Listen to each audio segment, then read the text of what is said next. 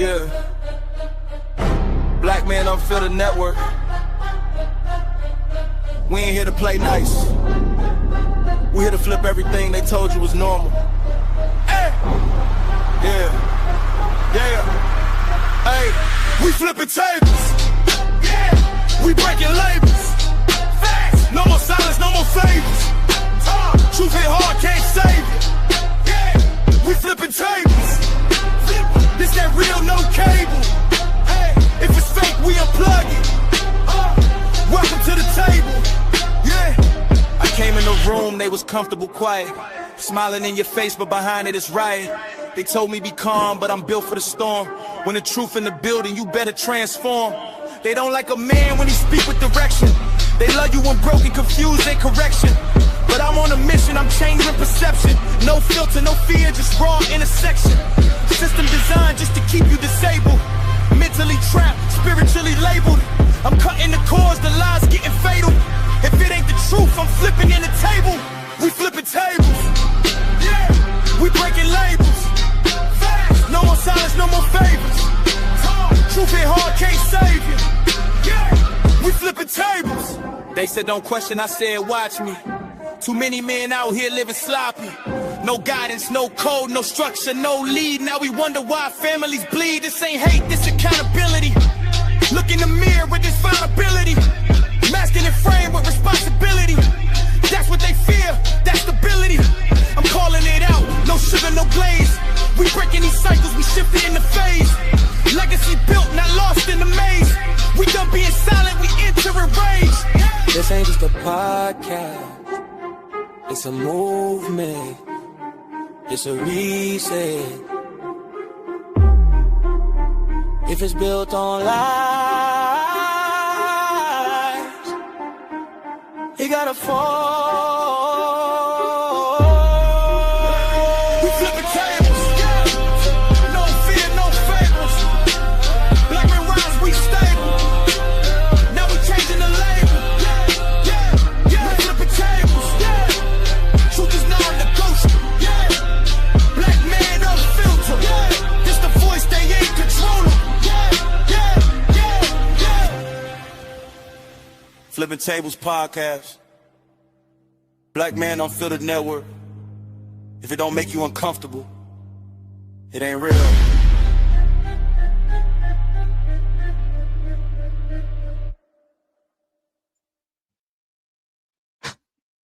What up, what up, what up, what up? Hey, listen, man, I am glad that you guys are here tonight. If you can hear me, put a 1 in the chat. If you can hear me, put a 1 in the chat. Put a 1 in the chat. All right. All right, we got a conversation to have tonight. But before I get started, man, shout out to everybody that's watching right now. Hit the like button, hit the subscribe button. If this is your first time here, I appreciate you. Share it with 2 people you like and 1 person you don't.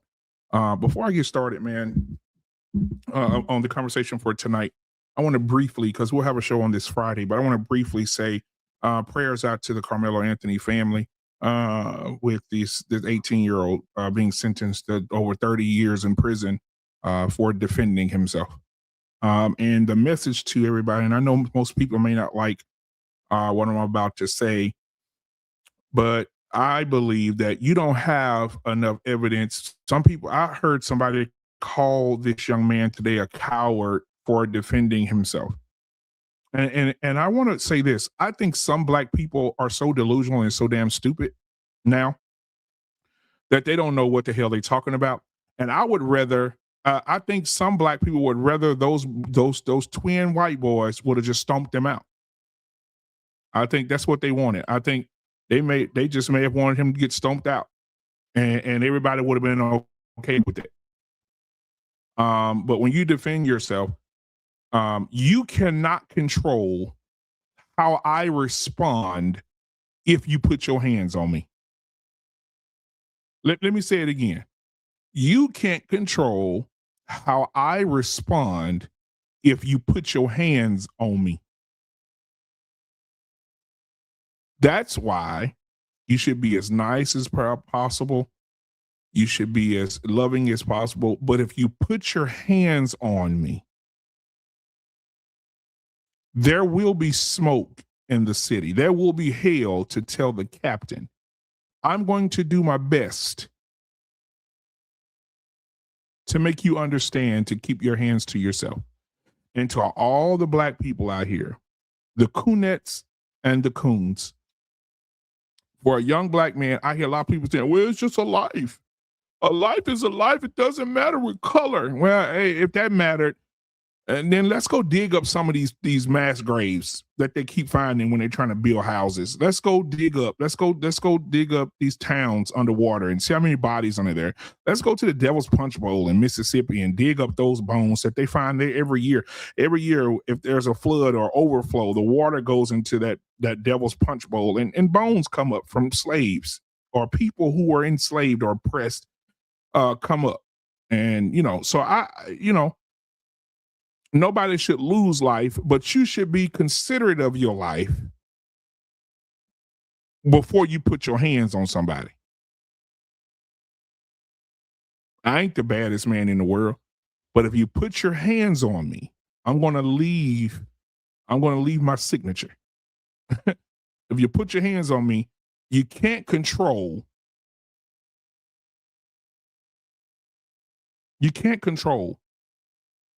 how I respond to you if you put your hands on me.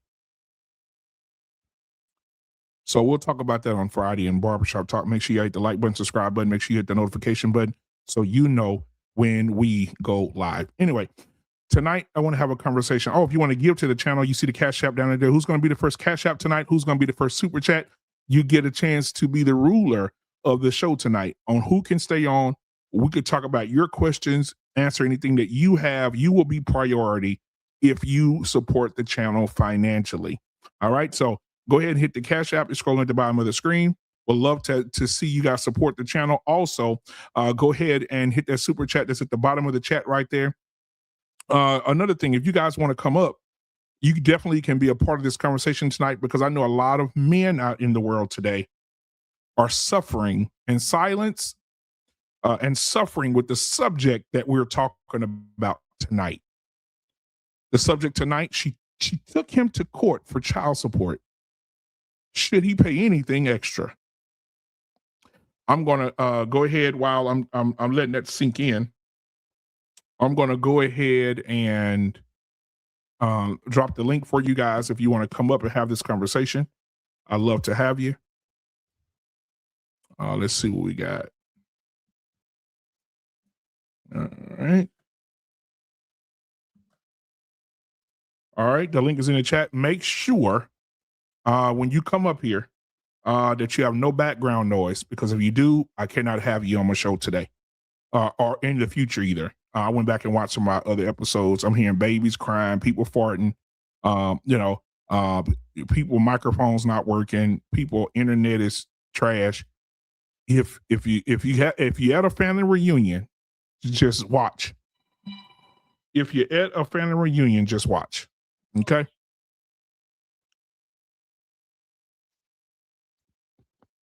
So, but I want to talk about this tonight because I think this is important to talk about. And again, guys, if you want to come up and be a part of the show, the link is in the chat. The link is in the chat. All right. Again, shout out to Carmelo Anthony and his family. And all the I you know what I like about this? Not the fact that somebody lost a life and somebody that's 2 lives were lost in this. But I love the fact that we get to see, before I get into the subject of the night, I got to say this last thing. I love the fact that we get to see white people at they very best during these situations. All y'all got to do is go read the comments. Go read the comments of the white people saying, drag them, go put them in front of a firing squad, hang that nigga from a tree.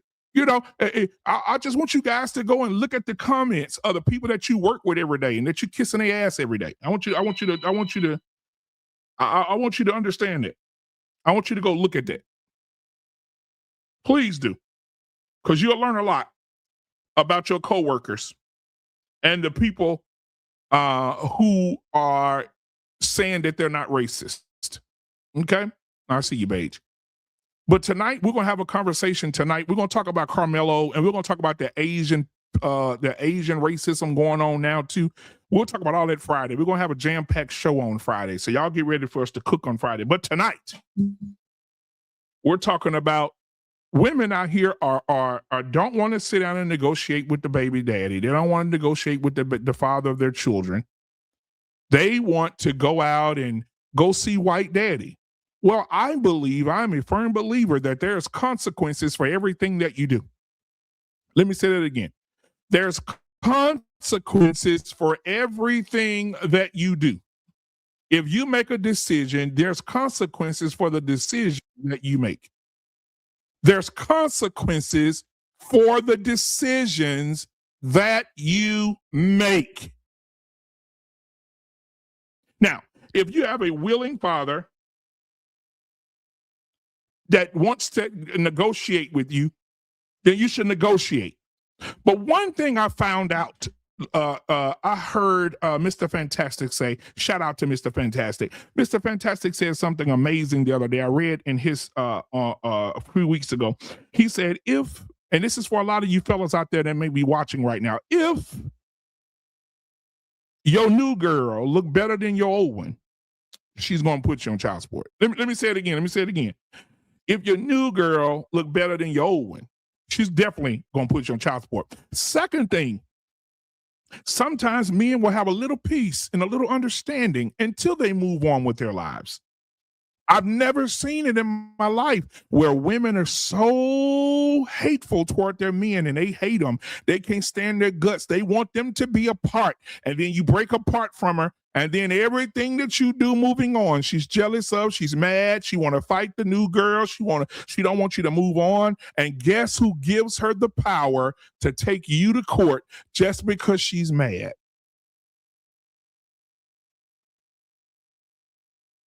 Guess who gives her the power to take you to court just because she's mad? Just because she's upset.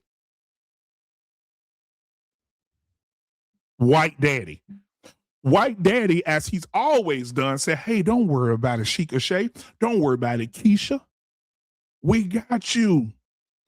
He got a new chick. Come here.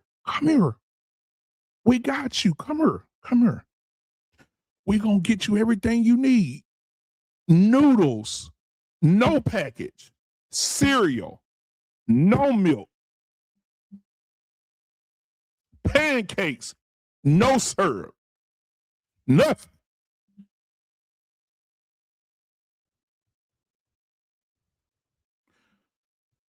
Powdered milk, no milk. Nothing. That's what the white man said, come here, we got you. We're going to take real good care of you. And they're going to give you everything you ask for. They're going to give you everything you want. This is an agenda. Do some of you guys educated in the information that child support is? Do y'all understand what child support is? Child support should be for fathers who are just absolutely 100% seen the baby on the day of birth and said, I'm out. Child support, matter of fact, I believe that the court system should allow the child to live with the parent who is more substantial. Why is the courts granting why is the court granting custody to women who are on Section 8 and the fathers have moved on, remarried, got good jobs, making $100,000 a year, and he can't get custody of the kids? The court should immediately give the kids to the father. It will only help with the state. But guess what I found out, guys? I'm here in the state of Texas. Guess what I found out in the state of Texas? In the state of Texas, they got several ways of putting that unlubricated broomstick up your ass and turning it left and make you say, They got several ways to show you. How they gonna get you? They got several. How they gonna fuck over? They got ways that they can retro back child support from years and put you in immediate debt, federal debt. You can't go out of the country. You can't get a car loan. You can't get, goddamn it, I done found out now doing my research on this matter tonight, you can't even get an apartment no more if you have back child support. Can somebody talk to me? You can't get an apartment. You can't get nothing. And then they take your license. I went to court one time, you know, in small little towns in Louisiana, you know, they do everything, and they do tickets, they do speeding tickets, they do traffic violations, child support, all that shit in one courtroom, and you just sit back there and watch everything flow. I've been in the back of courtrooms where men have come to the court. Let me tell you how this works. They come to court and they say, Your Honor, I used to work. This is one man I remember, black guy. I used to work in the oil field on the rig out in the ocean. I can no longer work on the rig because of my health. So I'm no longer making rig money. I'm working a land rig. My money's been cut by 20%. The judge says, Are you still able to work? He said, Yes. He said, Well, get a second job then. The child support will stay the same. Now, guess what happens when he can't afford to pay that? He's going his ass to jail. They're going to suspend his license. His life, as he knows it, is over. There have been situations where men have paid child support and the child not even theirs. Come talk to me. See, what happens is, what we do today is we don't hold women accountable. And if you do, you're gay, you're sassy. I don't give a damn what you say about me. I'm going to tell the truth. And these silly bitches out here are got these men and doing whatever they want to do. And then the man has to pay for it. You ruin a man's life completely. And then now he got to pay you completely. You go out and put your coochie on the donors list at the hospital, and you found a new donor for that coochie every day. And the man got to pay for your mistakes. He got to take care of that baby. And he got to send you money every month. They docking his pay every month, sending you money. Child support so bad now, I heard they got a law. I heard they're going to pass a law where they're going to put a picture of your baby mama on your check stub. She's going to be on a check stub like this. Because you ain't getting no money. Imagine making this kind of money and they taking 35% out your check. 35% out your check. 35 to 38%. You paying for the kids, and the kids, think about this. You're paying for the kids to have things, and the kid, you didn't spend that much when you was with their mama. She was buying them summer sausage and honey buns, and now all of a sudden she wants steak money. She was feeding them niggas Hot Pockets, and now she done hit your pockets. And guess what? Ain't shit you can do about it, because I found out that here in Texas, when you pay child support, a large percentage of that child support, these black women so dumb, the large percentage of the child support goes into the retirement fund for the very judges who are ordering the child support. Somebody about to go Google this. Everybody got ChatGPT. You know I'm not lying. Several states use child support to fund the retirement of state officials, whether they be judges, police chiefs, firefighters, all those people. So you think that they're going to give you the benefit of the doubt in a courtroom? You think they're going to give you the benefit of the doubt in the courtroom when they know, when they put you on child support, that you're going to be paying their fees? You're going to be paying their retirement? They're going to be able to go buy their favorite boat and name it Betty Boo or Bougie Bad Bitch and sail down the coast of the Gulf of Mexico on your bread that you worked hard for. Y'all ain't got to believe me. Just chat GPT it. Hell, I'll make chat GPT it for you. This is crazy. This is crazy. Why do the kids need that much money? Why some men are getting, I saw a guy the other day on child support. The baby mama was in child support court. The man was paying $1,765 for one child. Somebody in the chat tell me who's spending $1,700 a month on one child? You can take that child to Longhorn. You can take that child to every steakhouse he wants. You're not finna spend $1,700 a month. On what? And guess what? Men take that broomstick up their ass. It pause. Men take that broomstick up their ass and they take it. Why? Because some of the men know they got to pay court costs. Some of the men know they got to pay the cost to be the boss. Some men know that they got to use all their PTO up from their job to go sit up in court. And guess what else? The state represents the woman, so she don't even have to come to court. Y'all, I'm in the genesis of this conversation right now.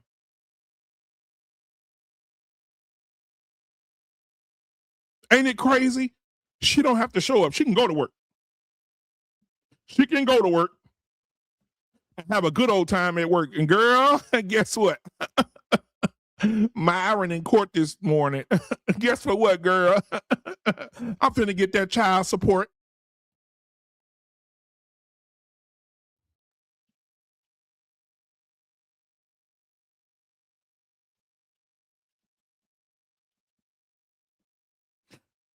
Oh, man. You know what? I really want some men to come up here tonight that ain't scared.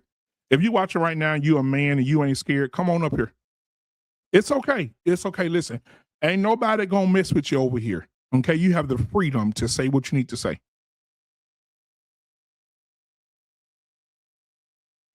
I know a man right now, I should have called him and see if he could have came on tonight. But I know a man right now, his son was in the car with his ex. Him and now. In the car with his ex, they had an accident. The son died in the accident. Do you know this man is still paying back child support on a dead child?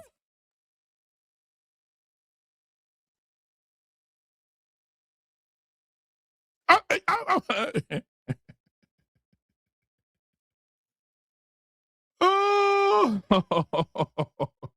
do you know that? Do you know that that man is still paying child support on a dead child?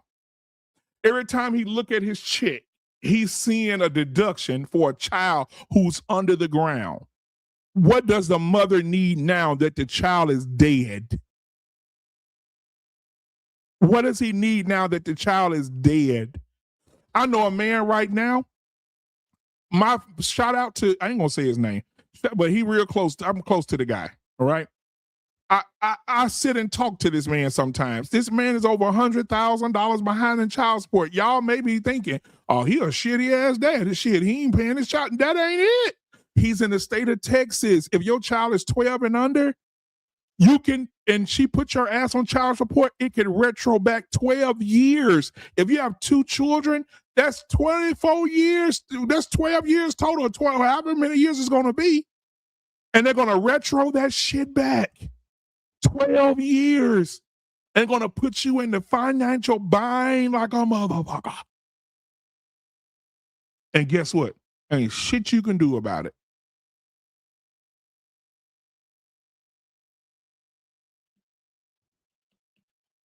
Ain't shit you can do about it. It's sad. It's sad. It's really bad. It's really bad. Do y'all see the link in the chat? If y'all want to come up here, come on up here. I would love to have y'all here. I would love to have y'all here.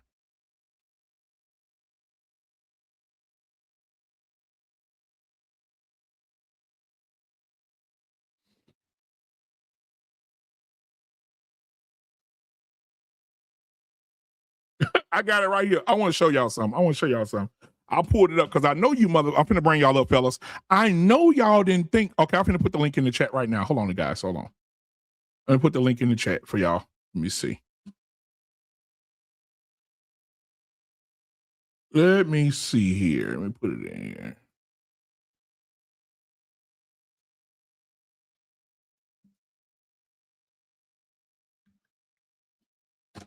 All right, make sure y'all cameras are on. Make sure your children are asleep. Make sure there's no background noise. Make sure you're not at a family reunion or a church event. Make sure you're not having sex. Come on live, be still, have the conversation, because we can't have all that noise and shit because people can't hear you. All right, and people can't hear us. Could be echoes. Anybody got no headphones and shit? It sounds like a circus. Sounds like elephants mating when you come up here with the shit you don't supposed to have. Okay. But the link is in the chat. But I'm gonna show y'all this. Let me show y'all this, because you niggas ain't gonna believe me until I show you. I'm finna bring you up, fellas. I'm finna show these. I'm finna share this with you. I want to educate you guys. What does this say? What does it say there? Texas does have retirement systems for judges and state employees, such as Employees Retirement Systems of Texas and Judicial Retirement System. But those funds are funded through state appropriated invested earnings and participant contributions, not from child support payments. Now watch this. Let's keep going. Those fees help cover the cost of operating the child support system, not judicial pensions. They're fucking lying. There was a state representative I'm going to find him on YouTube, who said he ran for office because they were using child support fees to fund child support. Somebody tell me this, because I know I'm not stupid. $2 billion a year in child support fees. Y'all think that's going? Where y'all think that's going?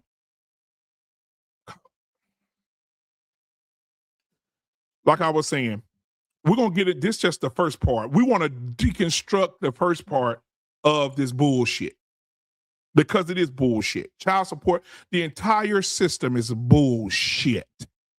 Not only listen, niggas, not only do you have to pay child support, but you got to add them to the insurance too. So child support, insurance, it almost makes you just be like, God damn. So let me give some advice to some of you young men out here. Find you somebody in another culture. Find you somebody, right? I will start crying. Let me tell you something. I'll probably go to have a nervous breakdown and my son walked in the door with a black girl with lashes on, weave on, snapping her fingers, popping her fingers, loud and obnoxious. I'll start crying, because I know if he put a baby in her, she's going to ruin his life. I pray. Hell, my son dating a girl right now. He grown, but I don't approve of it.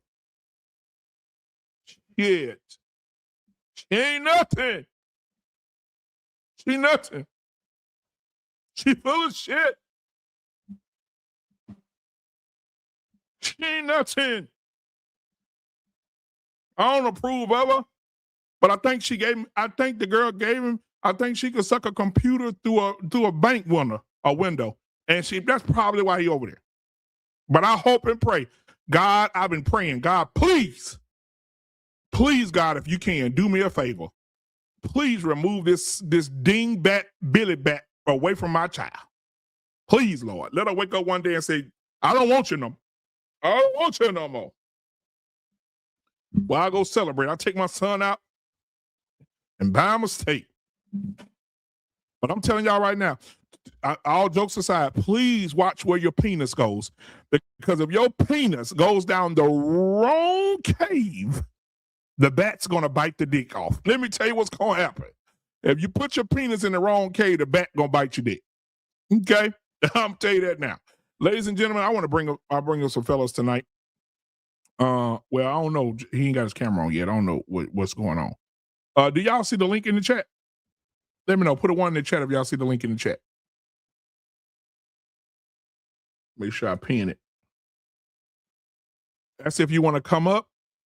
Come on up and let's have a conversation. But then I'm going to say this, and then we're going to get into the show. Bring everybody up. I want to say this too. Men are being told to pay child support. And then on the flip side, the women have the audacity. The women have the audacity. Yes, in the chat, T-Max. The women have the audacity to ask you for extra money outside of the child support. Where the fuck they do that at? I'm going to give you money like the dude that's paying $1,700 a month in child support. He paying $1,700 a month. I guarantee she's still sending that child over there for shoes and shit. Sports fees and shit. Men need to stand up and say, if you went to white daddy, you're going to get what white daddy gave you. It's not my response. You went to the white man like I was irresponsible. Now that I am now that you're making it seem like I'm irresponsible, then and you forced me into something that you could have just talked to me about and we could have discussed it and took care of it. Guess what? Now you're going to get what I fucking get. You're going to get what the man told you to get every month. Don't call me about no shoes. Don't call me about no fees. Don't call me about no trips. Don't call me about no graduation. Don't call me about no nothing. Whatever you get is what you get. Some of these niggas out here are still giving money to these hoes, and they're taking 30% of your check. You niggas are unbelievable. And guess what? The women will say, that's a good man. That's a good man. That's a good man who can take 30% of his living and give it to his child and then give him another 15% on the back end because I'm spending the money on me.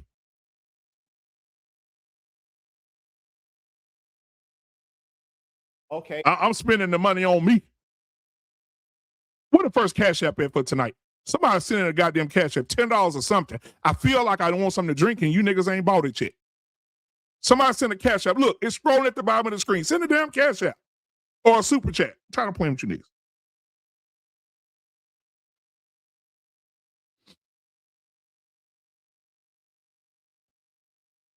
And then guess what?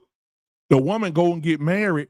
She start regurgitating on another penis. And guess what happens? Now she got choked 30% of your income, 100% of his income. And now you become stepdaddy because the new nigga becomes daddy because he there with your kid 24 hours a day. And you still going to be putting out 35%. They're still going to be hitting your ass up. Ain't that some shit? Ain't that some shit?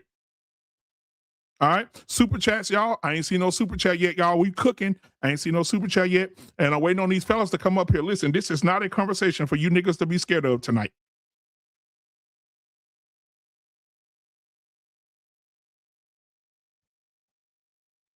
Y'all need y'all to be scared tonight. We need to have this damn conversation. All right. Ladies and gentlemen, my brother from another mother's in the building. Give it up for yours truly, the one, the only, all the way from the state of Michigan. Guys, where it's cold enough to freeze your nuts to the side of your pants. When you unzip them, your dick fall off. Ladies and gentlemen, put your hands together for yours truly. Thank you. Hey, you muted. What's going on, boy? What up, though? What up, though? Yeah. What up, though? It's good seeing you, brother. Good seeing you too, man. Listen, brother. What's wrong with these niggas? Matter of fact, JT, how do you feel about, I know you part of been in this system before. You talked about it on these shows before. How do women have the audacity to drag a man to court, let the man suffer, and then have the audacity to come back and ask that man for extra money on top of what the white man already put his foot on his throat and made him pay. Yeah.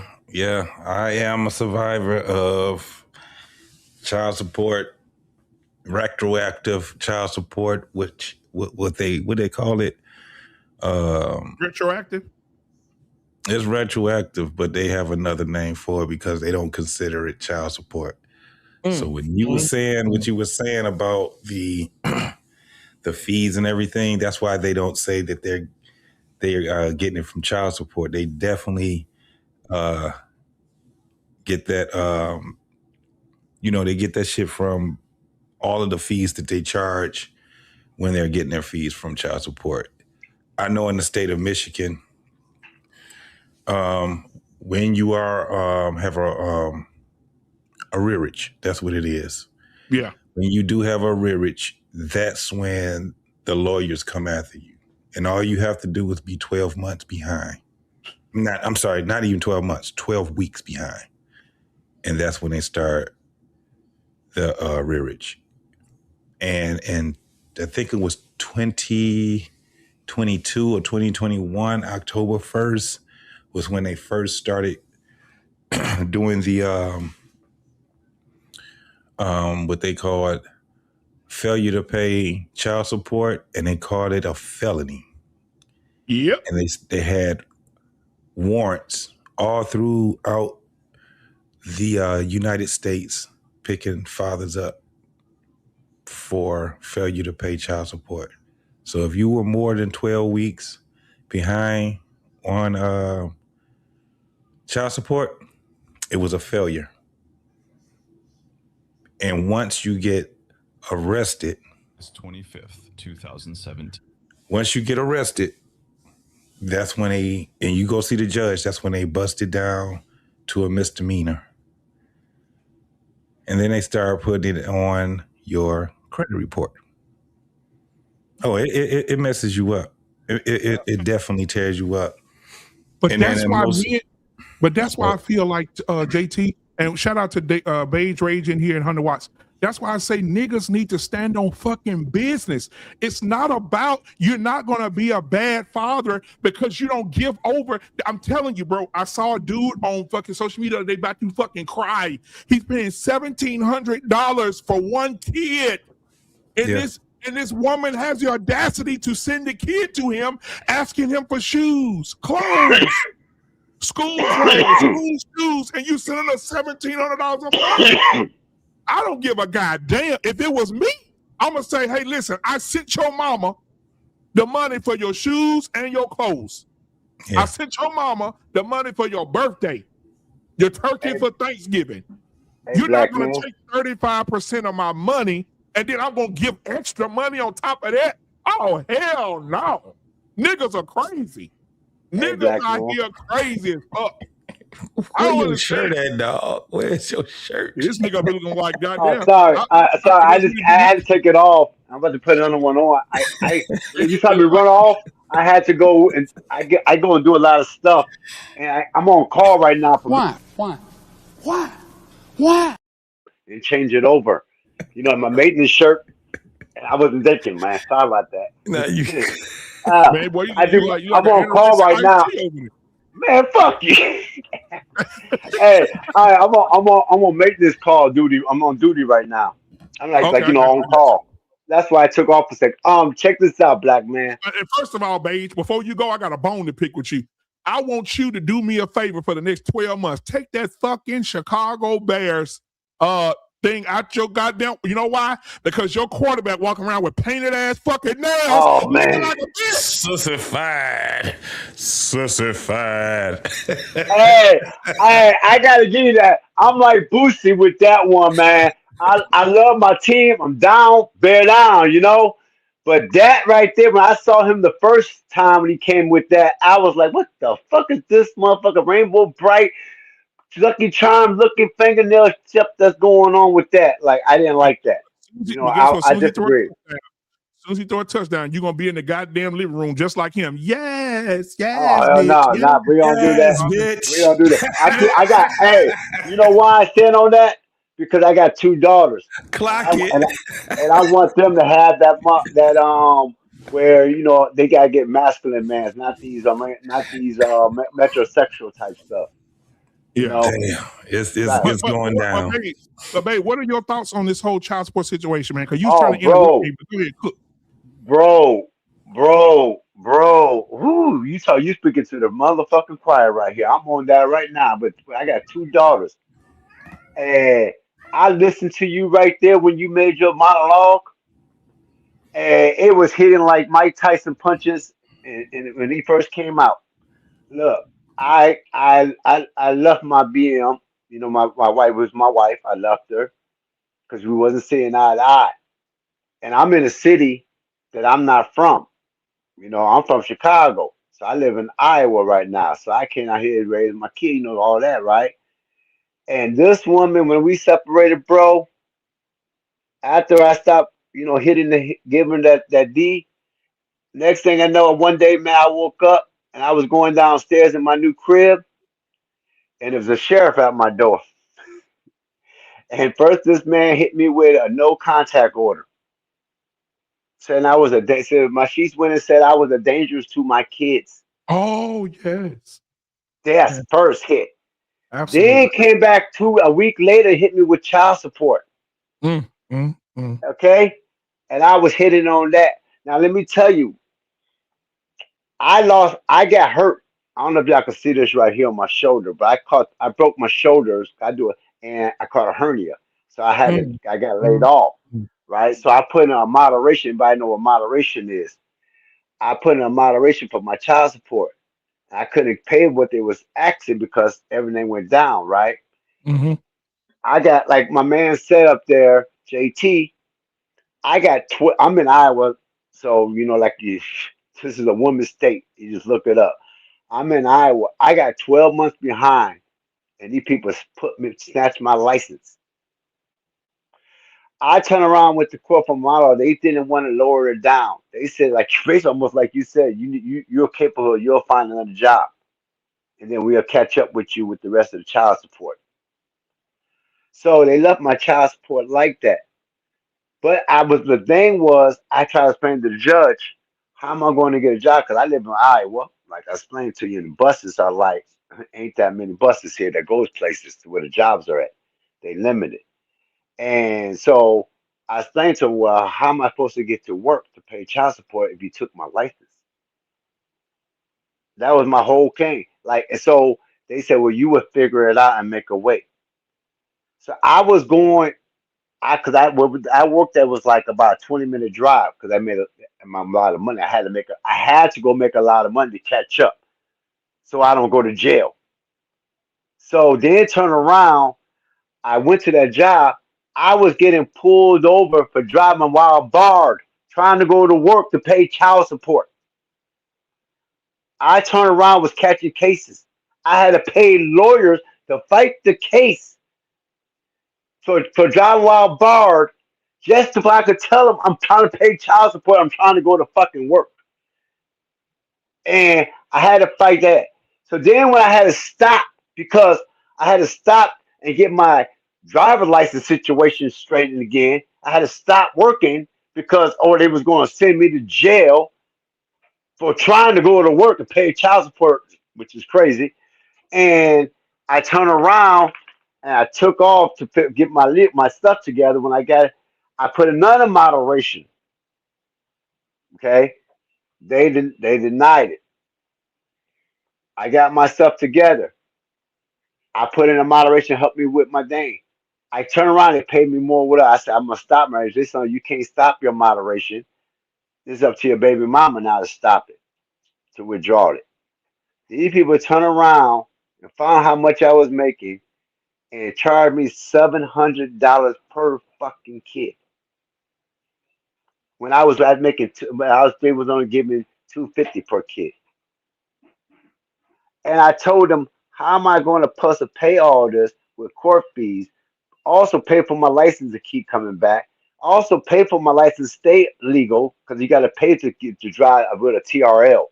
You got to pay them $100 a month and keep insurance just so you can go to work legally to pay my child support and pay my rent.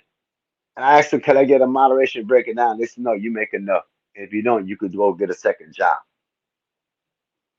At the same time, while my daughters, because they both in middle school right now, ask me every time for something. And when I tell them, get it from your mama because I pay $700 for both of y'all, each one of y'all, I'm pretty sure I don't know what's $1,400 going rent and all that stuff. Then I told the judge, I said, Your Honor, I thought this was like 50-50. Why y'all not taking her income?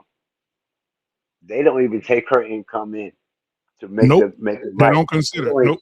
Nope, they don't. And they turn around in Iowa, she could claim the kids on her taxes, and child support is not considered income. It's only considered income if she's purchasing something, so she can use it as income to buy a house, get a car. Yep. But I'll be when right it back. comes down, when it comes down to deductions Yep, and you things said it like right that, there, JT. yeah, it's crazy how they get it to a point where you don't, it's all screwed up, man. It's screwed up, bro. Most definitely. I ain't never heard of nothing like that because either you can tax it or you can't tax it. You know what I'm saying? So yeah, it's a crazy thing. The system definitely is to ruin families. You know what I'm saying? 100 Watts, what's going on, man?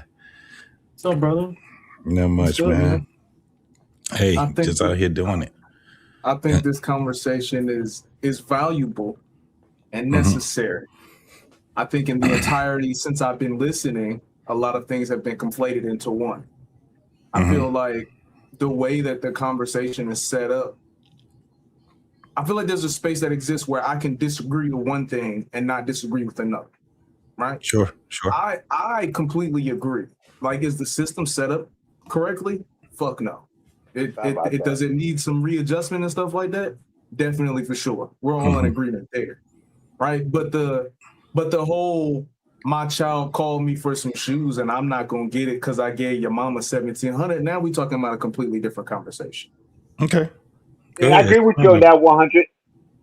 I agree with you. Expound on it, homie. So this is what I'm saying. When black men, like the monologue that he had, I agree with most of it. Like, hey, you decided to make a choice to go this way. You this is what you did. Okay, cool. But that to me has nothing to do with your 13-year-old child calling you and say, hey, yo, dad, can I go to, hey, you can send me $40 so I can go to the movies?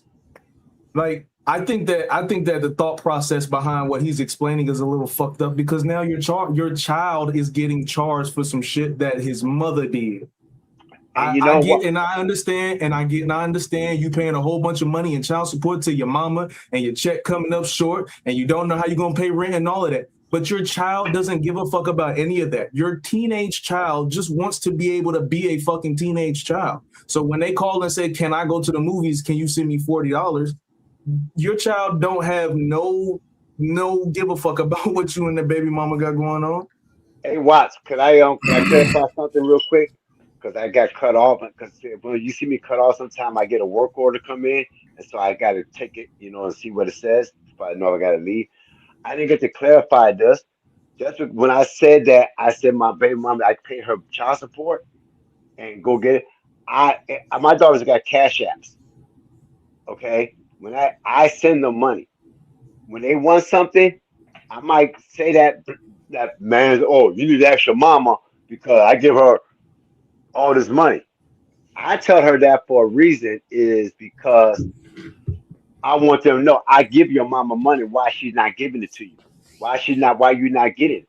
But at the same time, I make sure that I don't say, oh, I'm not going to get you that because I give your mama that. Because I'm the first one they know when they call daddy's jumping on that horse and he's riding into the night saving everybody. I'm going to go buy it. I'm going to go take care of it. I'm going to go get it. And I don't care. That's me. I'm going to say, and I'm going to say that my thought process comes from this. my mother and my father, when they split up, there was a whole lot that happened. There was more that I was aware of than I think they knew that I was aware of. Okay? And I'm going to tell you this. I'm going to tell you, I guarantee you this. If I would have ever called my father and been like, hey, yo, dad, you could hook me up with some cleats, and he said, ask your mama, I sent her money, I promise you he would be a whole ass nigga to me for the rest of my life. But that's not fair. That's not fair. But stop. See, and that's the problem right there. If I am a teenage child and I am trying to play football, I don't give a fuck about that's the not fair thing. That's what I mean. I'll be quiet and I'll let you expound. I don't disagree. I mean, I disagree, but I'll let you expound. Yeah, the not fair part is, as a kid, you're going to have to understand, because you're put in a position where you have to be able to understand both sides of what's happening right now. The problem that we have, 100 watts, where we have a lot of kids growing up, is for the simple fact that a lot of fathers are the ones that don't say anything to their kids until they get older. And the mama is the one that's using that kid as a shield. And that's what's not fair. So when you're talking about money, this is money that a lot of men don't have. And a lot of these men, because they get caught up in that system, they get more than 50% of their fucking check getting taken back from them. They also get their lives ruined. So they're trying to be a father on the outside of having that. On top of that, they're paying child support that they probably can't even fucking afford, but they're forced to do it anyway. And on top of that, a lot of these men end up losing their job. So to say that because of a kid, they don't give a fuck, that is the wrong attitude to hold, my guy. This is what I'm saying to you. Okay, but this is what I'm saying to you.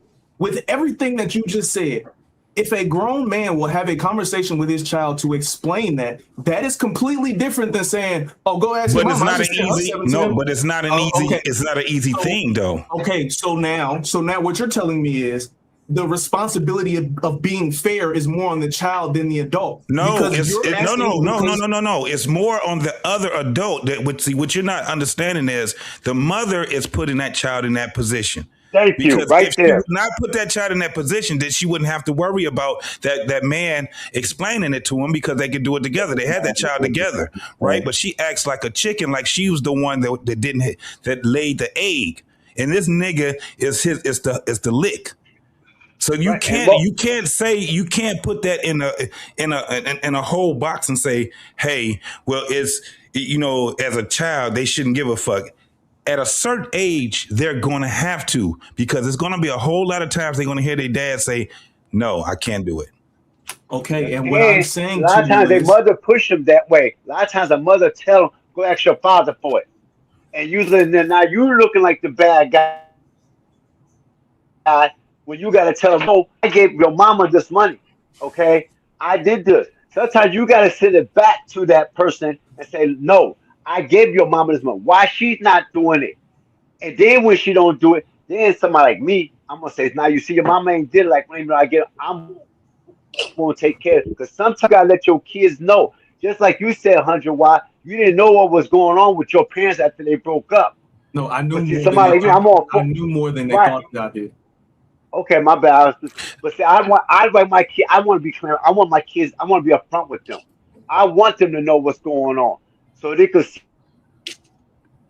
what's going on, because I already know their mother is going to give them her side or whatever it is, because they're constantly over there. So I want them to be aware. When I say, I give your mother this much money, what is she like that? Because kids ain't stupid, like you said. You ain't stupid. So hold on. We got. I want to respond. We got Beans in the house. What's going on, my boy Beans? I want to say this real quick. I was hearing it while I was doing what I was doing in the background. I was hearing that if you said that if you called your father and he said, ask your mama, he a whole ass nigga to you for the rest of your life. That's what you said? I was being sort of hyperbolic when I said it, but the sentiment that I was making is still stands true. Yes. So what does it make your mother for her not getting what you need from the money that your daddy's sending? The conversation I have with my mother is completely different than the one that I have with my father. Of course it is. Okay, hold on. But if this is the thing, I keep saying we have this Tupac syndrome. Okay, I'm gonna be clear, black man. I'm gonna be clear. I'm not absolving her of nothing. she's still on bullshit too. But you said daddy would be a hoe ass nigga for saying ask your mama, but he put the money in your mama's hand to take care of you. So what does it this make is what I'm your saying. mama? But this is what I'm saying to you. If I call my father and he has a conversation to say, look, son, I'm going to explain to you what's going on. I can respect that completely different than, nigga, what? I pay your mama child support. I ain't doing that shit. Those are two completely different conversations. Hold on. 100 watts. No, it's not. But hold on, 100 watts. Just to be fair. Wait, hold on. Just to be clear. So if you were saying that it was being hyperbolic, then that explanation, you have to give that the same credence of that is being hyperbolic. Because most men, they probably would explain it to their kid. But like I said, this is a hard conversation for a lot of men to be able to explain, because see, what the men won't do is throw that woman up under the bus to their kids. But what she would do is she would definitely use him as a shield. The man don't have that to use the child as a shield. He out there just like everybody else. So you can't put them on equal terms, especially if she has you, and say that your father wanted you and she wouldn't allow that man to have you. It's a lot of bullshit that goes on between women and men, right? And the men don't want their children to be they don't want them children to be in the middle of that shit. But the mama, she ain't got no problems with doing it. So 100 watts. 100 watts, I got a question for you. 100 watts, I got a question. So you're the son, I'm your daddy. Call me and ask me for something. Go ahead.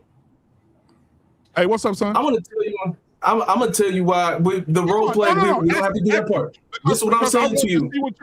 I want to see what you would say in a non-hyperbolic situation. We have your father say. This is what I'm saying to you. I gave it to your mom. I gave it to your mom. This is what I'm saying to you. This is what I'm saying, black man. The relationship that I had with my father, he was very adamant about preaching responsibility and doing what you need to, and shit not being fair and yada yada and all of that. So you're telling me that my entire life you prepped me for shit to not be fair, and now that a situation is in front of you and it's not fair, you telling me that I'm supposed to receive from this? Go ask your mom.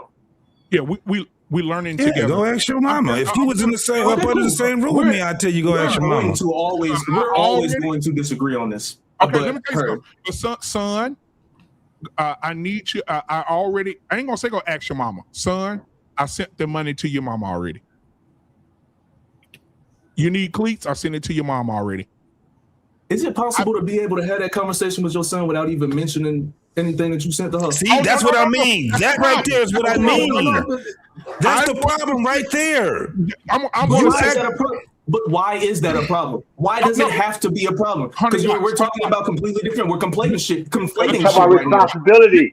Responsibility. Hold on, Bates. This is what I'm gonna do. This is what I'm gonna do, 100 Watts. I'm gonna sit my son down and say, hey, listen, me and your mom, because most men try to work things out. The majority of niggas try to work things out with their baby mama, and their baby mama get them whispers in their ears. Her mama, auntie, them go stick him beside the wood, right? So he try to work something out with her. She go to the white man. If you go put me in the system, I'm going to have a conversation with my children. Hey, have a son, daughter, listen, me and your mom are no longer together. Your mom decided to go to the Caucasian persuasion and get money from me every month. So she's forcing me to pay money. Your kids need to know the truth. I'm sending your mama $1,760 a month for you guys to have shoes, clothes, birthday gifts, Christmas gifts, go to the movies, go skating, go bowling. This money is particularly for you. Now, if I could, I would like to send the money to Cash App cards and just send it to the kids directly. But since I can't do that, your mom has the money. Your mom has the money, and anything that you need will be taken from that $1,760 a month that I send your mom. Your mom would have to. I don't want to hear your mom talk about she got to pay bills, because if I died today, she still got to pay them fucking bills. Mr. Beans, what you got to say, bro? I gotta say this. Look, I look at it like this. I remember you said earlier that child support should be for deadbeat fathers. That was in your monologue, right? And I agree with that, because a lot of mothers be greedy. They put their fathers on child support because they know that no matter what, that man's going to do what he's going to do to take care of that kid, and she get to keep the extra money behind it because that's where the law is messed up at because it's good fathers out there, good fathers that child support destroys them. It destroys the father because if he can't pay it by hook or crook, he going to jail. He gonna be homeless. If I don't get a house to take care of for my kids to come over, then I'm gonna lose custody of my kids. I'm not gonna have the right to see my kids. They're gonna say, "Well, you don't got a stable home." Well, motherfucker, I can't get a stable home because you're taking all my money. You know, I can't get this because you won't let me get a job because you took my license. You know, and I always feel like child support, a judge and like the system should be said with it. If you know the father ain't doing it, then it ain't. I think the cards should be given to the kids more responsibly because if you're telling me my kids got to pay $375 or $275 on a light bill, how much light is they using? My kids are not. They at school 8 hours a day. You at school 8 hours a day, so I know my kid ain't using all that food and all that. So what are you doing with the rest of the money? You know, to get Exactly. this much, to get this much. What logical thing that? And then if you say you put her income with it, where is that coming at? Because where's the income coming at? Because they know in the mathematics that I'm paying this much, and I got lawyer on that. You Exactly. know what I mean? I'm bear witness to child support. I'm pretty sure my man Beans over here. You know he knows exactly what I'm talking about. I like to hear what Hey, he has so to say. Beans, yeah. Come on, Beans. What's your thoughts, man? Hold on 1 second. Let me just clear this tab real quick. Okay. Yeah, man. Nigga, you naked or I something? felt it too when you said what you responded to. Huh? Is you naked or something? No, I'm not naked. Why we can't It's see just your black ass? the lighting is bad in my house. I'm not in my office. I'm actually in the living room, and the lighting is bad in here. I tried to use it earlier, so it just looked horrible. I just didn't want to use it, so that's why I just put my video up there, so at least it would look good on screen, you know. But Okay, go ahead. the lighting is horrible in here, bro.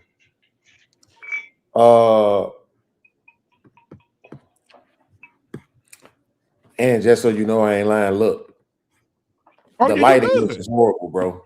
Well, your head is You good. shiny. That's all Your it head is. You shiny. good. Nah, that But shit yeah, is. yeah. What's I'm your not thoughts, gonna let man? myself be seen like that. Like that. Come on, man. Your I head is do a shiny. show too. I wouldn't do my show like that. I'm not gonna do yours like that. You know. I When feel you. I I was feel you. on What's him your shit thoughts? I earlier, I respect. came in, I got off. I'm not gonna do that. I respect the production, you know. So that's why I had it. So at least it'll look good. But when the brother made the statement he made, 100 Watts made that statement, I felt it too. But he clarified himself afterwards and said, you know, if the father had an actual conversation with him, then that would be different, you know. But I remember like really wanting to tell my daughter that when my daughter's mom first put me on child support. And she called me for something, and I like, yo, listen, you can't ask me for nothing right now. I'm just gonna keep it Man, 100 with you. Like right now, you can't ask me for nothing because your mama put me on child support. That shit was unnecessary. And you know, get it from her. But my child support wasn't even really enough for me to have that kind of opinion. So I just said, you know, when she called and asked me, I told her how I was feeling, but at the end of the day, my daughter never really called and asked me for a lot, and my child support wasn't really enough. Or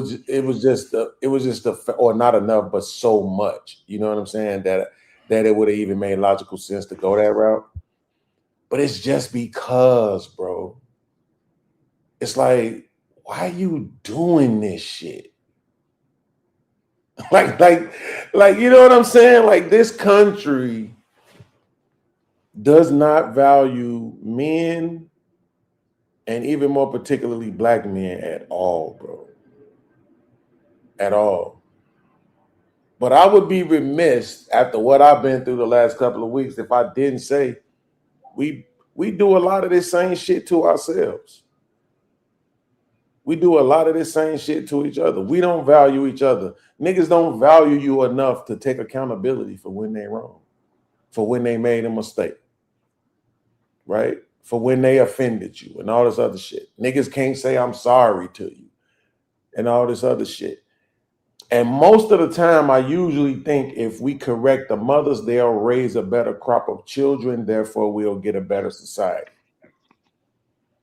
But truth be told, when it comes to how men are treated, I'm not even sure if that's the case. I think as men, we might need to start treating each other better and letting other people see us do that, and then holding everybody accountable. To like, hey, motherfucker, you can't treat us like that. We don't treat each other like that. We damn sure ain't gonna let you treat us like that.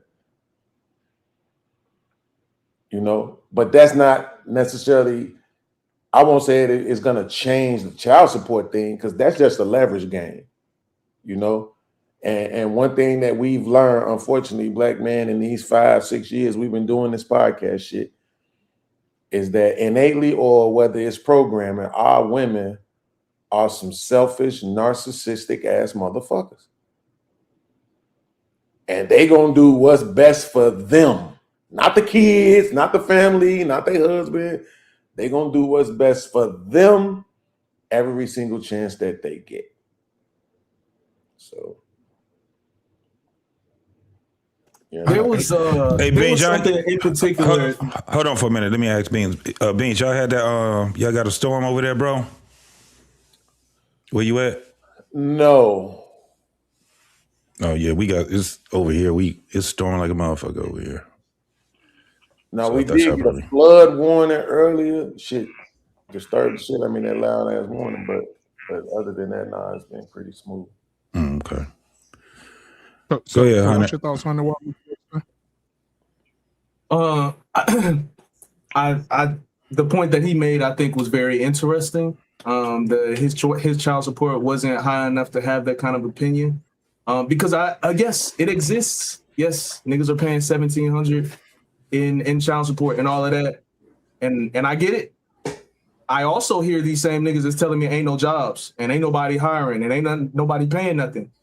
And if the math is correct on this, in order to be paying $1,700, you have to be making over 6 figures to be paying $1,700. So if you, it depends on what state you're in too. I know, and I understand. Look, this is the basis of the point that I'm going to make. I think that there are a lot of people that have this conversation that I think it's valid. Again, we're talking about a bunch of separate things that I think are being pushed into one. The child support system is a bunch of bullshit. Again, we all agree there. I do think that there are a lot of niggas that I know personally in my life, and I've seen videos of and all this other kind of shit, that complain about child support and all of this, and never one time have had a consultation with a lawyer or tried to spend money on legal fees, or even, I'm gonna take a wild guess, a wild shot in the woods and say that there's a nice percentage of them that don't even show up to court. Now, there is a percentage of men that are in this position that do all of the things. They get the lawyer, they show up to court, all of the things, and it doesn't work out for them. That is more about the child support system. That's about the courts and how the state be trying to fuck niggas. That's what that is. What I'm talking about is simply only the conversation between me and my child and the extra money. If we're talking about an extra $400, then yes, something wild is happening right here. But part of the reason I take this stance is I don't want to live in a world where my child can only get things for me based on the parameters being okay for me. So I'm only going to give her money to go to the movies if she's in my house. I'm only going to go buy her gifts if she's in my custody. I don't want that situation. I want wherever my daughter is in her life, because there's going to come a point where she's not in her mother's custody. She's going to be off in college or in the military or whatever the case may be. And there's still going to come a point to where she's going to call me and say, Dad, I need a new tire. Hey, Dad, can you hold me down with pizza for today? And I want her to have that. Like, I don't think that I should open that opportunity for her to receive that from me after she graduates and get out of her mama house in order for that to come from me. Like, it should just be whenever it is. Now, again, if we're talking about $400 or money on a light bill or something, I do think that's crazy. But my daughter asking me for $20 to go to the movies is not crazy. I don't think it's wild. And I do think it's reasonable for me to sit on the phone with her and say, you know what, baby, I would give it to you. I just don't got it right now. Maybe next week I can send it to you. I think that's reasonable as well. And I can have that conversation with her and have no mentioning about how much money I'm spending, about how much money I'm sending to her mother. I think there is a way to have that conversation. So hold on one second. Hold on, let him. Yeah, you got. Yeah. Go ahead, bro. I'll so this what you've been doing though this whole time though, right? So when you first interjected this thought pattern, it started off with shoes for a teen boy. Now I don't know what kind of shoes your son like to wear. I got mine addicted to Air Force One by accident though, right? So he like all the little stylish ass Air Force One. So we talking no less than $100-some every time he want a pair of shoes, right? But then in your next example, you went to $40 if your daughter asked for it, and now you dropped all the way down to $20, right? So I think what that's showing, that pattern to me is showing, right, is that you're discounting the men's gripe, right? It's not about $20 and it ain't about $40, right? It's about the fact that you calling me and asking me for an amount of money that you should absolutely be able to go and get from your mama based on the amount of money I'm sending her, particularly if she also has a job or other means of income, right? So that's just logical. That makes all the sense in the world. Unfortunately, to your point, the child support court doesn't, right? So you even said this. You said, yo, in order for a man to be paying $1,700, he needs to be making $100,000 a year, basically, right? So $100,000 a year after taxes is about $72,000. Let's say $72,000 a year, right? You divide that by 12, right? And that leaves you with $6,000, right? And they do it off your growth. That's regular. That's regular taxes, right? That's not including your insurance, health insurance, your car note, your car insurance, your rent, light, gas, internet, cell phone, your food for the month, your gas and your car for the month, all that other shit, right? So not to mention you got your savings, your 401k, all this other shit that you might be dumping into. And then on top of all that, you paying another motherfucker's rent, light, gas, food, and all that other shit at $1,700 a month in a whole nother apartment. $1,700 a month is more than half the nation's bills for the month. I swear to God, if you look that up. Right? So what I'm trying to say is this. That sound like, oh, but you make $100K, but when you break it down, that shit don't be what people think it be. Thank you. Not to mention everybody has vices. Do this nigga smoke cigarettes? Do this nigga smoke weed? Do he drink alcohol? Do he fuck bitches? They gonna cost you some more money. Gotta take them out. Gotta buy them food. Gotta get a hotel room. Gotta do something, right? It ain't a lot of money. And then for somebody to be taking $1,700, see, then this, I'm gonna say this and I'm gonna land, brother, just so you can understand. The worst part about it is it's somebody else taking the money from you, right? They're not giving you a chance to parent your own kid with your finances, right? They taking this money from you. And this is the worst part right here, because as a mom growing up with my mom, guess what my mom was able to do sometimes? No, I don't got it this month. With child support, you don't get to say, no, I don't got it this month. They taking it. Yep. I think that's the problem. People want to look at just the economical side of it, but it's also a psychological component to it, bro. And the more they taking, the more that psychological impact is there. Like I said, I got over the shit that I had because my child support wasn't even $100, nigga. So I was like, I was able to get over it. I was happy. Stupid bitch. This is what you get. Now you put me on child support. You can't ask me for nothing. My daughter can, but you can't ask me for a fucking thing. And for sure, she would have definitely been getting more than that if she'd have just let me pay out of pocket. But I was getting more. That's the point. And I'll add to that real quick. I agree with you, Beans. It's not about the amount of money. It could be $5, $10, $20. The purpose, I wanted to chat GPT it because I want to help understand what is the purpose for child support. You better off using Bixby. What is the purpose for child support? And what I've come to find, I said the stated purpose for child support is to ensure that both parents contribute financially. Both. So if that man's sending $1,700, she should also have $1,700. So that means we'll talk about that later. Even when the parents are separated, divorced, or were never married. In Texas, throughout the United States, child support is intended to help cover a child's basic needs. Okay? Food. Don't call and ask for no Subway because the state says this $1,700 covers food. Don't call me for no school clothes because the state says clothing. Don't call me for no Medicaid or Medicare because you're already on my insurance. I'm paying that too. In Texas, you paying the child support and you put the kids on your insurance. That insurance is expensive as shit. They don't do that here. Let me go down. Let me keep going. They said education-related expenses. You need tutoring. I sent the child support. Transportation. Don't call and ask me for no bus ticket or no bus ride or no fees for no bus. I sent it already. And there's said other day-to-day cost of raising a child. The legal principle is that children should benefit from the financial resources of both parents, not just the parent they live with the most. Right? So, thank you, ChatGPT. I knew the spirit was going to show me this. Common criticisms of child support in the child support system. Are y'all ready for this? This is why they're asking you for money for shoes. This is why they're asking you for money for food, because it says the number one problem in child support here on ChatGPT, the money is not spent directly on the child, but the personal vendetta of the other parent. This is why the kids are calling you, because the mamas are somebody said that a few minutes ago, the mamas are putting them up to it. Hey, call your daddy and ask your daddy for some shoes. Oh, no doubt about it. Call your daddy and ask your daddy for some clothes. School finna come up. Ask your daddy for them Air Force Ones. Ask your daddy to pay your basketball fees, your football. Ask your daddy for them cleats. Go. Call your daddy. So she can take that $1,700 and go to Punta Cana. Get the fuck out of here. Out of curiosity.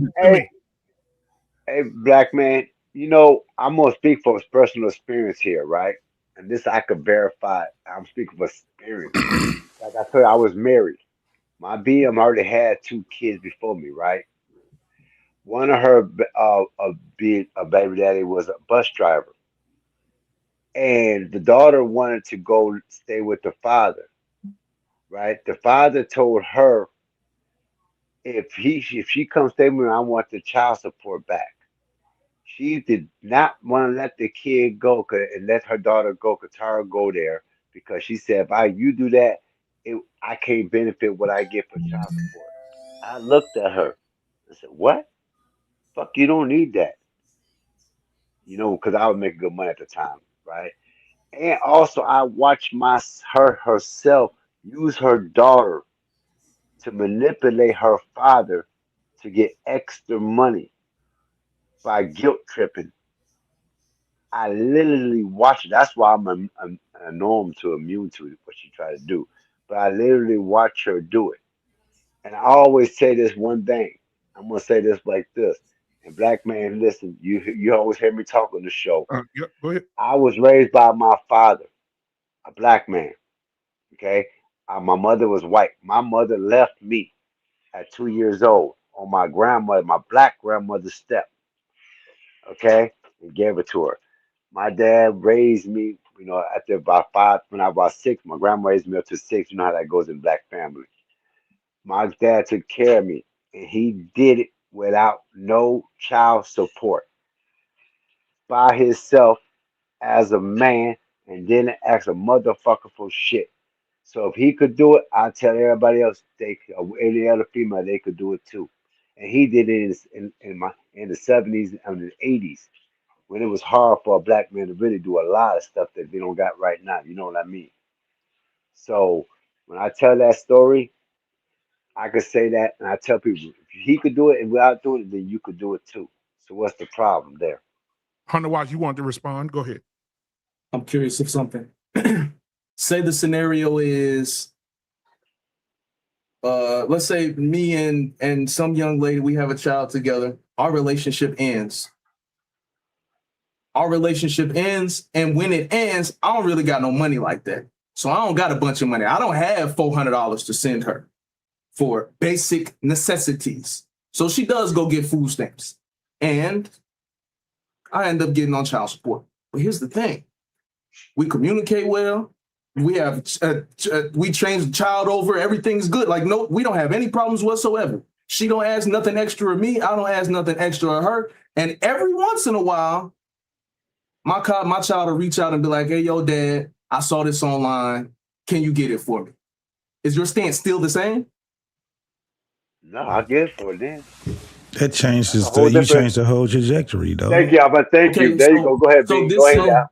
Bro, it's this. Listen to me. I'm gonna stand 10 toes down on what the fuck I said. If a woman goes to the government, I'm talking about blackness, togetherness, and man and women. This is the problem that we have right now. If me and you have a child together, why can't we sit down together as man and woman and come up with a plan to take care of our child without involving the white people? Thank you. That's my point. The second thing is, if you don't like this is the thing that bothers me, Hunter Watts. I know men who have sat down with women and came up with a financial plan for their child, and it works for months and months and months and months. And then she see him with a bitch at Walmart, she go put him on child support. Don't like the bitch. This is what I'm talking. Then now she's bitter and she mean because the bitch you with now better than the bitch the better than she was. That bitch nigga gonna be giving her money. I want my child support now. So now she go and be bitter and mean and evil and go put you on child support, even though you had a financial thing worked out with her. She still put you on child support, and now she wants you to do extra. I'm not. If you go to the white people and you didn't work nothing out with me, I can give 2 fucks because you know what? I love my kids enough not to lie to them, son. And if you see those 2 situations as the same, then we are always going to disagree. Those 2 situations are completely different. So then, no, but you're not being fair to it, 100 Watts. That's what he's saying.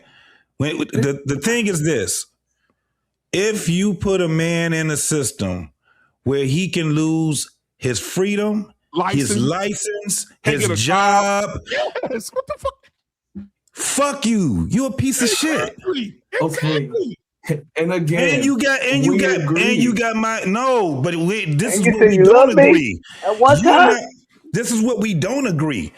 Where we don't agree is you're still looking at the system as if it's a fair system. It's kind of like you. So what is your disagreement then? As I have said multiple times, the only disagreement I have in this scenario is my relationship with my child. We are not disagreeing. The whole child support situation, how much they take, the fact that they don't include her income, which blows my fucking mind. No. So let me be clear, though. Let me be clear. Hold on. Let me be clear. To be fair, you have to look more deep into it because I know in the state, not just the state I'm in, but in most states, they do look at her when they do the calculation. The only way they can get an accurate a board calculation is if they're saying this is her income. The problem is if she's getting some type of state assistance, though.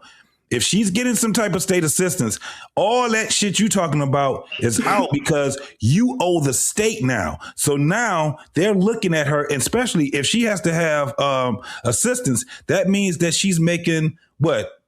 At poverty level? So if that's the case, Right. So if that's the case, when they do, for instance, it's the same thing. If she's making $25,000 a year and you're making 60, I ain't gonna even say 60. Let's go with 45,000 a year. That is significantly huge. And she's on state assistance. Guess what? If you were already behind and you were being and you have an arrearage, not only do you owe child support, but you owe the arrearage. Those are two different things. Although we know common sense would tell us, well, that nigga, that's still child support. No, that's not. That's why they can take up to 35% of your pay in child support, and whatever arrearage they have, there's another. It's up to 55% that they can take out of your fucking income. They can take out 2 checks at one time. Let me say this real quick, Hunter. I'm gonna pick it back on that real quick. And also, like I said, I'm talking about the state of Texas here. The state of Texas, that kid is 12 and under, sir. You're gonna be on child support, and they're gonna put, and whatever that amount is. So, say for instance, they say $1,700.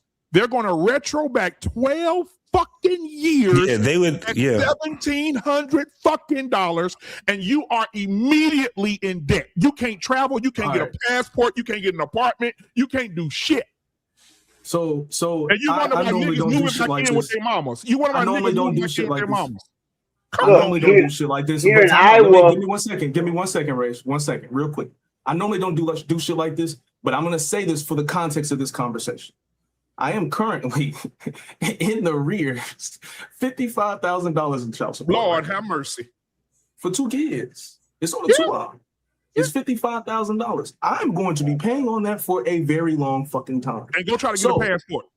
So my feelings on this system, I am 100% aligned with y'all.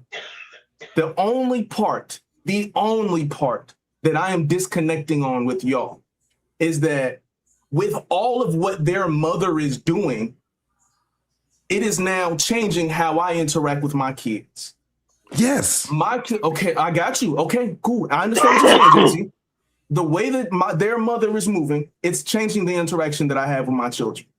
I'm saying that I personally, as well as many other men that have the thought process that I do, right, wrong, indifferent, fair or not, most of us are saying, I don't want to wait until my child is 19 to have a relationship with them. No, you don't. Nobody's doing that. Nobody's doing that. Just hear me for a second, please. I don't want to wait until my child is too old and out of her mother's house to have a relationship with her. So my relationship already is what it is with my child. She already comes and spends time with me. We have conversations on the phone, etc., yada, yada, everything like that. Because her and I, my child and I already have a relationship, I don't care what anybody says. Based on my relationship with my child, if she needs something from me that is within reason and I can make it happen, I will do that. If I can't, I will have a conversation to tell her, hey, baby, this is not something I can make happen right now. And it can continue to drag your mind and blow your mind. But the part that is being missed is this thought process that you're taking right now is why a lot of niggas and kids don't like their daddy until they get grown and have a conversation later on, because that's the reality of what's happening here. Nobody's having these conversations. If y'all telling me that what I'm thinking is crazy, you're crazy to make me believe that the niggas that y'all talking about are actually having grown conversations with their children about what the fuck is going on here. No. Hold on, JT. I'm gonna let you cook. I swear to God, I'm gonna let you cook. I got just one question. I just got one question. If the roles were fucking reversed and you had her on child support and that kid called her and say, Mama, give me something, what do you think she's going to fucking say to that child? And she's probably gonna say, ask your daddy. And guess what happens? Okay, cool, I got you. And when she says to my daughter, go ask your daddy, and my daughter decides, okay, cool, if that's how you gonna carry it, cool. I'm just saying that I'm not putting myself in a position for my child to see that. I understand the amount that. of money that you pay in child support affects the relationship with your child. It's materialistic. Look, the truth of this is a lot of niggas is complaining. I think that people need to do more work to fight for custody of their kids. all that child support and all of that. I think there needs to be more fight for custody, and then you're gonna give me a whole nother reason of how the system and all that. I get it. I understand. No, but I went to jail fighting for my kids. Wait, hold on, bro. Hold on. First, hold on, Watts. Calm down, brother. I hear what you're saying. The custody part, I'm really on that. That's my whole thing is this. Give me the fucking kids. If you struggling, give me the fucking babies. Exactly. I'm going to figure it out. Now, check this out, 100 Watts. The woman that got you, on child support, does she get state assistance? She gets state assistance? I was going to, that kind of screws up the other part that I was going to say, because in that rearage, if she didn't get a state assistance and she, try to do this whole co-parenting thing and we cool and all that shit, ask her, how cool are we? Go ahead and forget that rearage. Let's see how cool you be with her then, right? But you already, because they ain't gonna do it, right? It's some women that say, okay, I know plenty of people where they ended up being cool or whatever, and she said, let me get you off. And she just went, took him to court. She filed a motion, right? Took him to court. They retroacted it. She forgiven it, right? But she wasn't on state assistance either. But if she on state assistance, the state is coming after you. Ain't nothing she can do about it. That's why I get pissed off when women sit there and put a dude in the system. Exactly. That system, they don't know the damage that they do when they do it. And then they use their children. That may not, and this is what I'm telling you, that may not be your situation. But I'm telling you, for the most part, that system, man, they would do some shit and don't even realize what the fuck they're doing, and they use their children as the shield. They will put pressure on that child to say, go ask your daddy, right? That's why they have a lot of problems too. It's a lot of issues that we have. So if you're talking about the custody thing, a lot of that shit can be at a point where motherfuckers sit back and say, well, give me my fucking baby and get that retroactive bullshit off of there. They're not going to do it. It's a whole bunch of other ways that we can fix this shit, but those women are not willing to fix it. And we as men cannot keep capitulating with this whole thing where let's be better now. After 20 years, motherfucker, you done ruined all kind of shit. You know why? Because your voice, 100 Watts, is not the loudest voice to your child. Nope.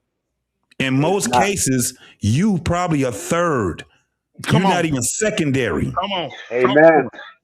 Yep. That's where the problem is. Absolutely, when you said the custody part of it is, because we already understand that in order for it's a way better chance for our children to be better when they are up under the father.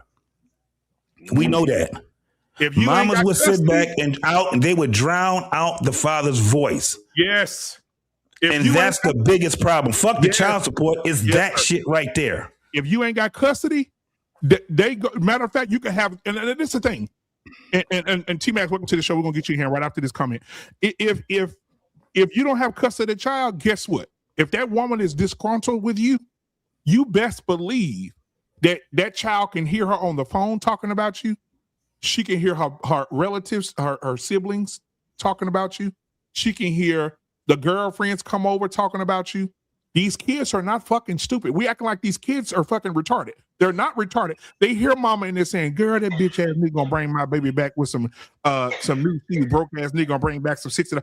They are going to hear it. They're going to hear everything about their daddy. And you can have all the relationship you want, but if that child with that woman 96% of the time, you best believe that child is being shaped by their mother, their grandmother. You better believe. And this ties into the old the last show that we had. She brings in another man because mom and dad gotta have a life too. So now you gotta deal with your kid possibly up under another man's roof too. Another dynamic. He got more access to your kids than you do. Hey, come on. She would do these things. Mm-hmm. This is where we had a problem at. It ain't just the money and shit. She got you in a fucking system that's gonna have you for even the child to be 30 fucking years old, and most of these men are still. I know a nigga. Hold on, and I'm gonna end it with this. I know a man paying child support on a man paying child support on a man paying child support. Let that shit sink in. Let that sink in. Let me tell you this. The other day, I was watching a dude. He was in a car with his homeboy. I don't know if y'all saw this. It went viral. He was in dude, and he was recording his homeboy on the phone with his baby mama. And the dude said, "Wait, what you mean with the graduation? What are you talking about?" She said, the stepdaddy was paying child support. I mean, well, I don't know how it worked out, but she ended up giving the stepdaddy the last ticket to the graduation. Damn. And told the daddy, I'm married to him now. I'm not going to give you no ticket. I'm not going to give you no ticket over my new husband. So imagine that, 100 Watts. You got a relationship with your daughter, and you can't even go to a high school graduation. After you done paid all this child support, all these cash apps you done sent, on top of the child support you done sent, and as soon as the graduation comes, she done gave the last ticket to the new nigga she married to. And they tell you at the door, you have a ticket? You said, I don't have one. You can't come in. Security. No, sir, you can't come in here. This is what niggas are going through. T-Max, what's up, bro? Good to see you. Hey, Hank, let me see you, Doc, because I don't know if that's you or not. I don't want nobody to come up on the channel and throw their dick in the What's camera. good, fellas? How y'all, man? Doing good, bro. What's happening? Yeah. Ain't nothing, man. Hey, thanks for having me on the panel. Hey, I got one statement to make, man. What else y'all expect? Yeah, I mean, that's just a rhetorical statement that I just made. But I mean, yeah. What else do you expect? Hey, 100 Watts. Hey, I salute you, bro. Some of the stuff that you said earlier, I was driving when I was trying to make my way down here to y'all. But some of the stuff that you said earlier, bro, just lets me know that you just trying to be a stand-up guy. Yeah. At the end of the day, you trying to protect your child from the mayhem between you and the mom. Not you personally. I'm saying in the scenario that was on the table. And you was like, your kid called you, you da-da-da-da-da. And how y'all, you gonna be a bitch-ass nigga or whatever you said, whole-ass nigga. If your dad said, I pay your mama X amount of money, I commend you for that. You trying to protect your seed from the mayhem. But like BM said earlier, your voice is drowned out, bro.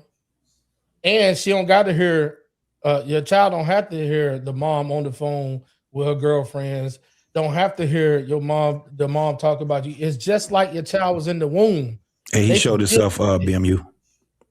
I'm sorry. He showed himself, yeah. Thank you, bro. Thank you. Yeah. Your child can literally feel that shit. They can feel that coming off their mom. And the last thing I'll say to that though, man, you gotta look at it like you paying all this money, $1,700 a month. Then your child call you for some shoes. It's gonna hurt your heart. But even if you had it, I mean, the average guy is gonna give it away, just like you said. You know, I'm gonna do for my child. But if you had to say what BM said earlier, I pay your mama X amount of money, but that's gonna blow up the spot because now your voice ain't gonna be drowned out. Guess what? A child gonna do? How old do your child have to be before they find out the real? 7. You can only protect them for so long. Yeah. Amen. What's the age that you need your child to see the big picture? Or do you just let them stumble across it whenever they do? 25, 35, 45 years old. Okay, so here's the question there. If the child at the age of 7, because that's the number one of the numbers I heard. The child recognizes at 7, some bullshit is happening. And he don't have any type of sway to make anything happen here.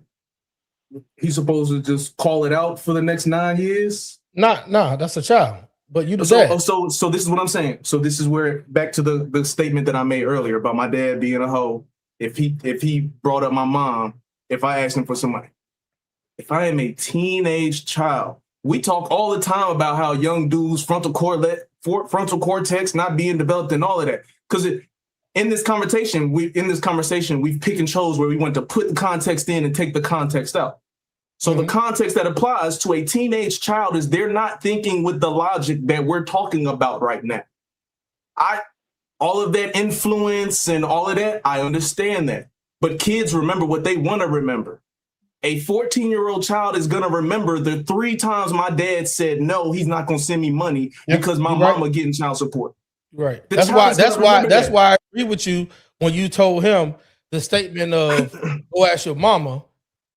That right there is not what you really tell a child. I know that's what a man probably would say if he, right off the cuff. But at the end of the day, you explained it. Explain that to a child. A 7-year-old still ain't gonna get it. If they're in the custody of their mom and they got the most influence coming from their mom, they still don't want to hear the explanation. Right. So how do you explain that? Let me ask you that. You told him to explain it to a child. How do you explain that to a 7-year-old? What up, Hank? I think a simple "I don't got it." A conversation about "I don't got it right now." What's up now? I think that's a simple enough conversation. But what if you have it and you pay $1,700? If you have it and you're choosing not to do it, I think you should be there. For one, I do think that you should stand on your 10 and tell. If you have it and you're choosing not to do it, I do think you should stand on your 10 and tell your child why you're not doing it. And if you're standing on your 10 and saying, I'm not going to buy this for you because I give your mama child support, you are now either affirming or denouncing every thought process that your child has been influenced. One last question for you before I just turn over the mic to everybody else. Hey, look. So a minute ago, you said if your dad said that, go ask your mom. He a whole ass nigga. I never heard you say what your mom would be if she had the $1,700 a month and didn't get you the necessary things that you needed. What would your mom be? I asked that already. I ain't heard that. I said my answer was the answer I gave was my mother would be on bullshit. She's on bullshit too. But you said your daddy was a whole ass nigga. What would your mama be? Whole ass nigga, yeah. See? A bitch? See what I'm saying? Like a bitch? I mean, I'm saying, okay, like I'm not gonna deny that. Like, I don't just hold it. Like, okay, I'll acknowledge that. Like, how can I say it and it makes sense? I will acknowledge that, right? What I'm willing to charge my father with, I probably won't charge my mother with. Lord, right? I'm That's willing to admit being that. a man. I'm willing to admit that because the examples of me being a man is not my mother, it's my father. My father said that he's supposed to be the example for me being a man, not my mother. So if I'm supposed to follow the actions of anyone, it's supposed to be the actions of my father and not my mother. Let me ask you a question, bro. Your mom got 100. And I want to tie it into a statement that you made when you came in here. Why do you expect any different? Because though she is my mother, she's still a woman. Why would I expect any different from my mother? But T-Mac, you know what that reminded me of, T-Mac? That joke that Chris Rock said, men's are respected for what they can provide, but not for nothing else. But mothers and dogs and everybody else is love. Bro, I'm gonna tell you this, bro, and I'm gonna let Hank cook. Listen, bro, it's so quick. This is what I call the Tupac syndrome. It is so easy for us to call our daddies bitch ass niggas, and our mamas have the same behavior, and we gotta find words to say what she is. She's a tab. She's a tab. That's the acronym, TAB. Trash ass bitch. If she got $1,700, tab, let's go with it. I'm with it. Fine, let's attach it to it. If she got $1,700 and she's spending it on her, gonna get her raggedy ass prune built pussy waxed and getting her fucking weave done and going on trips, she's a tab because she should be giving that money to the child. Should not. I know. Let me tell you something, man. I had to do this with a family member. I saw her kids. I'm telling you, it was a physical altercation with her and her new nigga. I see my family member, her babies running around, musty, shoes look like they look like fucking stunt doubles for The Color Purple. And they running around looking stupid and crazy. And I say, wait a minute, I know this motherfucker getting this kind of money because I know the nigga got hit up real hard in child support court. I asked her, what? And then I look over at her. She got a nice blouse, nice this hair all fresh and pretty, edges all fucking done, and your kids looking like Color Purple stunt doubles. And nigga, bro, it was so bad that day, bro. It got physical with me and her nigga. It got real bad when I saw my them kids like that. But Hank, go ahead, bro. What are your thoughts, Hank? Y'all probably don't like my view because I'm on a different wavelength because I've been on both sides. So I pay support and I receive support. But yeah, you got child support? Yeah. Okay, nigga. Okay. Well, look, I don't. Power. Look, That let me nigga tell you this. said that like it was a rite of Most of the passage. time, yeah, most times you got to stop dealing with these broke chicks, man. If they on government assistance, you already made a mistake already. Why are they on government assistance and all that shit? You made a bad decision on that woman. If she's getting all that shit, she broke. You know what I'm saying? When you deal with a trash woman, you're gonna get some trash results, right? Man. So when you sit there and try to avoid support and try to get out of it, you realize it only takes one time to piss her off, and now she gonna take you down for them past 5 years. You know that gonna do it. You know it was in her before you when you got with her because you like that woman. She had a little bite back. I like the woman like a little fight to her. I like a little spicy woman. Okay, you don't like that spicy woman till it goes left on you, and then you ain't gonna like that spice no more because she's gonna use all that spice on your ass. So you got to deal with all the consequences of it. And if you mess around, got a steak ass pregnant, you about to suffer. So whose fault is that, dog? It's your fault because you chose to get that ragged ass heifer pregnant, and now you got to suffer the consequence. And if it's child support, you got to suffer with it. Now, if you make it you pay $1,700, you making a nice little grip. Now, which I also forgot to calculate, more than likely he's not carrying no insurance on that child, because that's going to be calculated in it. He's not carrying no dental, not carrying no medical. Vision. It's also going to depend on the amount of dependents he may have. He had multiple kids. He might just have that one. You understand what I'm saying? It's going out the distance, the visitations, all that's calculated inside that child support. I know it was with me. So when I was getting paid, I got paid. I got child support for my daughter for 5 years. Cool. You got to pay me. I told her. I said, ain't gonna be no fun when a rabbit got the gun because I had to pay for 10. I got it for 5. And then, her last 3 years of high school, I sent her back out to California to finish our schools because the school system was better out there than compared to Kentucky. So I said, go on back out there finish high school. Did I pay support? Yeah. But did she ask me for some stuff afterward? Yeah. I didn't have no problem paying it because it was my child. I love my child. I'm gonna do whatever you. And I knew the support I was paying, her mother wasn't abusing it. Now you're gonna have some women that don't want to abuse it. I understand that. They out there. Ain't nothing you could do about it. But then you got some women that don't abuse it. But see, some people forget. After that child turned 18 and graduate, ain't no support no more. But yet that child is still living with that mother. Are you still sending money? Probably not, because you were just glad to get done with that bullshit. You was glad to shit. I feel like I paid 18 years. I ain't paying another dime. But that child continues to need stuff because that child is still a child. She's probably off of college. Are you still sending some money? I don't know. It depends on the type of man you are. I landed there. I agree with you, Hank, too. I think once the baby get out of school and they're 18 years old, I said this earlier, Hank. I don't know if you heard it, you was watching. I know a man, I should call him right now, see if he's busy. I know a man right now paying child support on a dead child.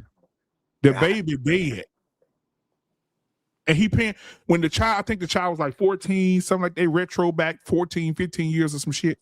He paying child support on a deceased child right now. Is that from back pay though? Yeah, is he paying back pay off? Well, in Texas, back pay comes the day that they give it to you. So if the child 13 years old, the day they put you on child support, they retro back 13 years. So you in back pay the day you go to child support court. You fucked. So it doesn't matter, like, if you're a good father and you gonna pay whatever they tell you to pay, that retro gonna get your ass. They're gonna show you. Look, I was a victim of it, dog. Look, I didn't see a tax return for 5 years, dog. Yeah. I didn't know what it would have looked like anymore. And then when I finally got a goddamn check, I said, what is this? I ain't seen one in 5 years because they intercepted it. I remember my first wife. We filed together. I said, I didn't think about it till after we already filed. They took her money too. Yeah. Oh, she had to file paperwork and a petition in order to get it. Now she got her portion of it, but I felt bad because they took our money. Dang. It was over $6,000 they took from us. But I had back support. So I know what you're talking about. I got half the price. Because if it wasn't for her being honest, they would have got me. Because I was, I was one of those guys that brought the money order receipts. I gave her this, I gave her that. Those are just gifts. That's what they told me. Yeah. Yes. I had to Yeah, accept I've been there. I had to accept that. Those are just gifts. I said, man, I got my money order here. Doesn't matter. They looked at her. They asked her. Thank God she was honest. She said, yeah, he's been helping. Yeah, he's been sending me money. So they cut half of the bill in half. So it went from $8,000. So I was in the red for $4,000. And now the child was 2 years. So now 2 more years on that. I was about $10,000 by the time I walked out that goddamn courtroom. Yeah. 10,000. Black men down here in Iowa, if you were like, you get like, say you behind on child support or whatever, or you trying to catch up, or you need, or you get charged so much that you go take a second job, right? You know that they could take you to court and turn around and tax you on that second job and up the child support.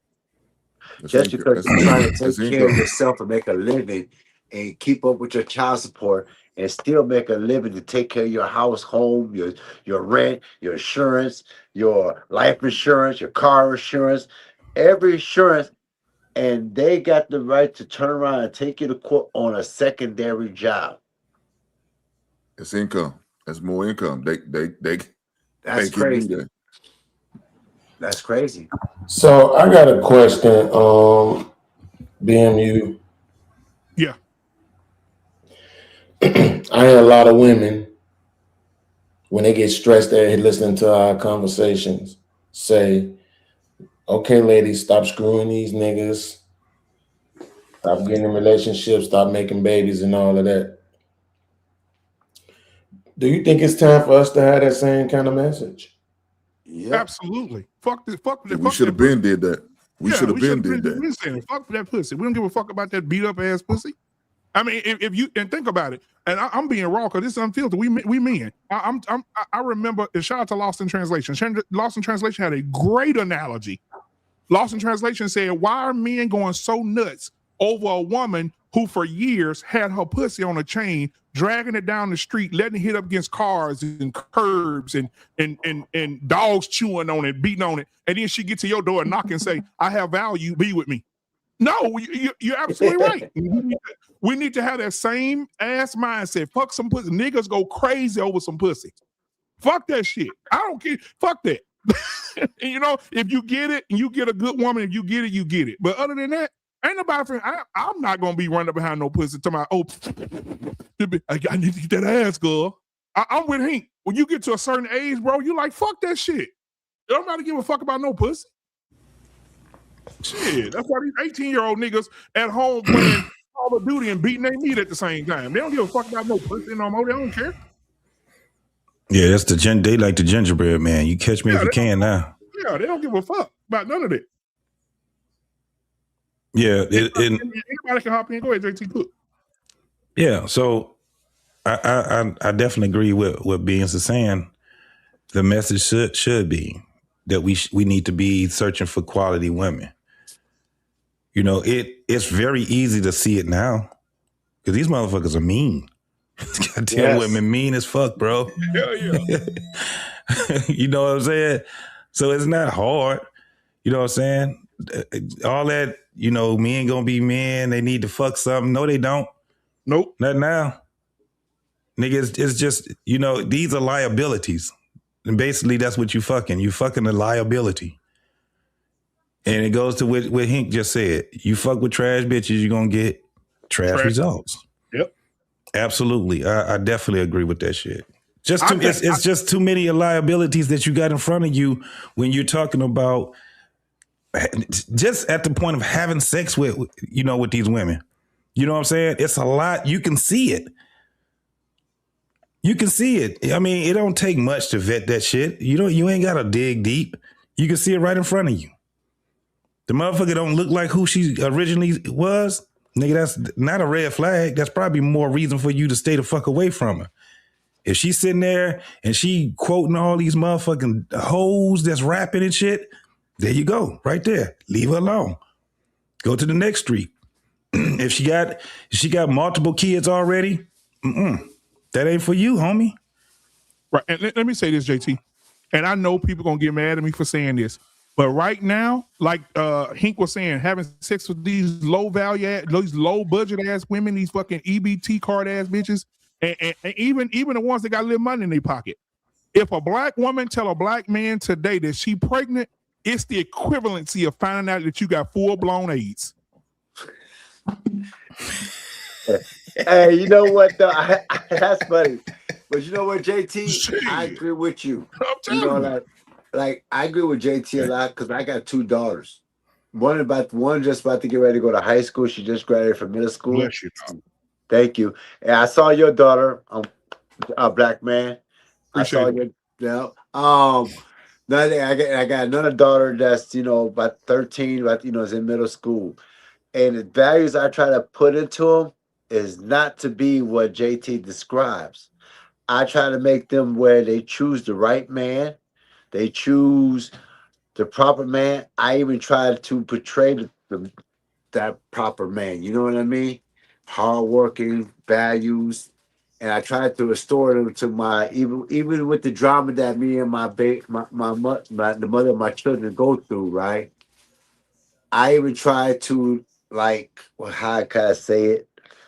I want that, put it like that. One day I heard my daughter screaming that she's an independent woman. And I had to go, what? You're who? I said, how you independent? Because you can never be independent of anything when you got people you depend on. I say even your mama depend on somebody, so she not even independent screaming that.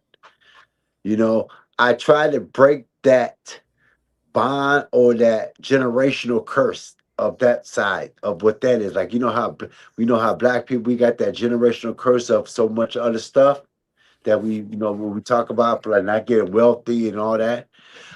I also believe that we had that generational curse of that black woman that's always trying to be down in black men, they get it better, don't need a black man. We're gonna raise our daughter to be independent. We're gonna raise our daughter not to need a black man. We're gonna raise daughter, if she gets this, we're gonna do this to that. I try to break that curse. I try to break that thing and show that, you also got to make the right choice because you got responsibility. You got to take accountability for the decisions that you make. You also got to take accountability for that nigga that you lay down with too.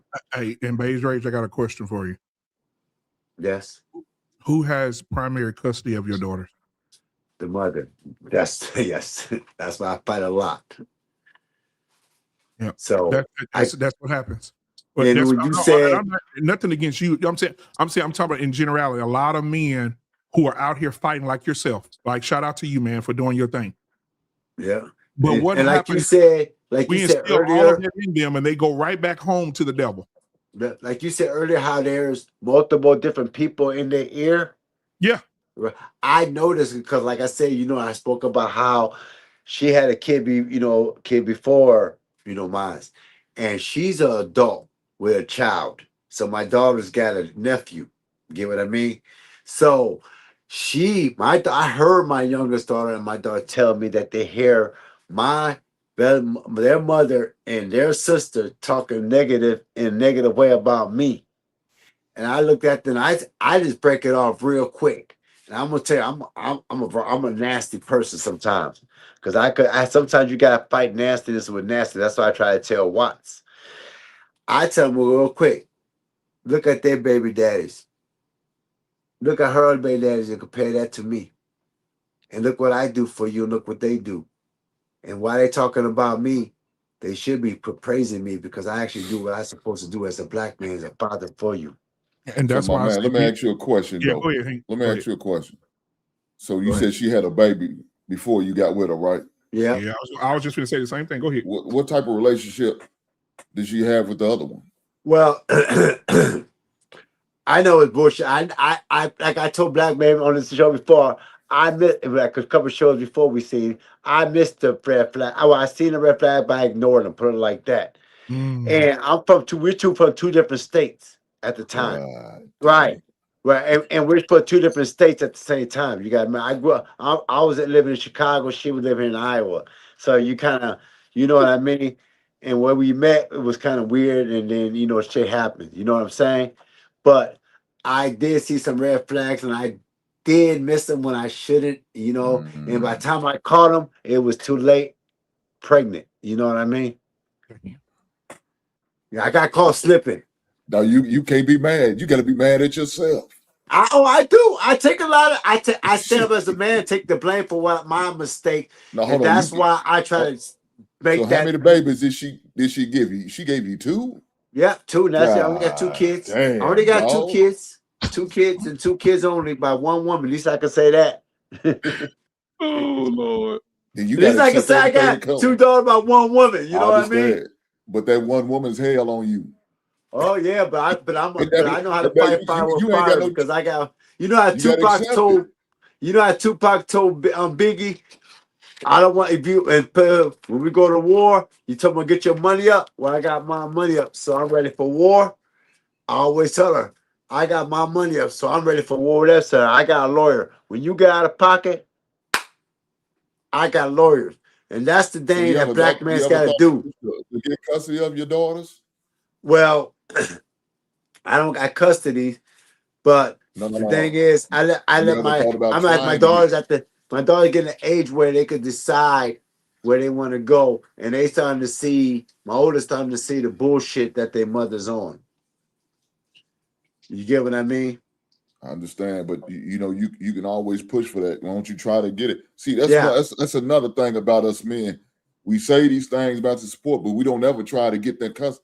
Because at the end of the day, most of us really don't want the custody. Most of us don't. We love our freedom. We get them every other weekend, maybe during the summertime, and send them back. And we could still do what we want to do. I heard chase these other ragged ass efforts that we probably don't need to be disagree, with. Bro. Dog, but hear me out first. I'm gonna hear you out, but I just want to say this real quick. You right on not trying, but it's not for those reasons. Go ahead. Yeah, but. Dog, I've seen it too many times. That's what it is. A lot of dudes love the freedom that they're able to have. They okay with being weekend fathers. They good with that. I didn't accept that. I didn't go for that. Even during my divorce, one of the things I made sure that I had custody of my son. He's a boy. He need to come with me. And she gave that to me. Now. I'm one of the ones that I'm actually finna fight for what you're talking about. Before I went to war, I want to make sure I had all my T's crossed, all my I's dotted. I want to make sure I was financially stable, my job was right, my place was right, and everything right, because you know how the court system is. Mm-hmm. They're going to tax a man harder than they're going to tax a woman. She can be living on the street and they'll still give her the fucking kids. I agree. So I'm about to get ready to go to court now. Right, I got my woman with me, the woman I'm with now, and I'm about to go to court and fight for get my kids and have because they're at the age where they can decide now where they want to be.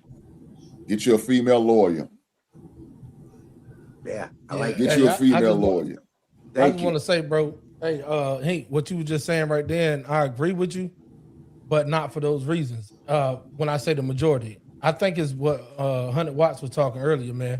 I think a lot of fathers recognize that by the kid's mom having custody for so long and that attachment is there's a level of separation.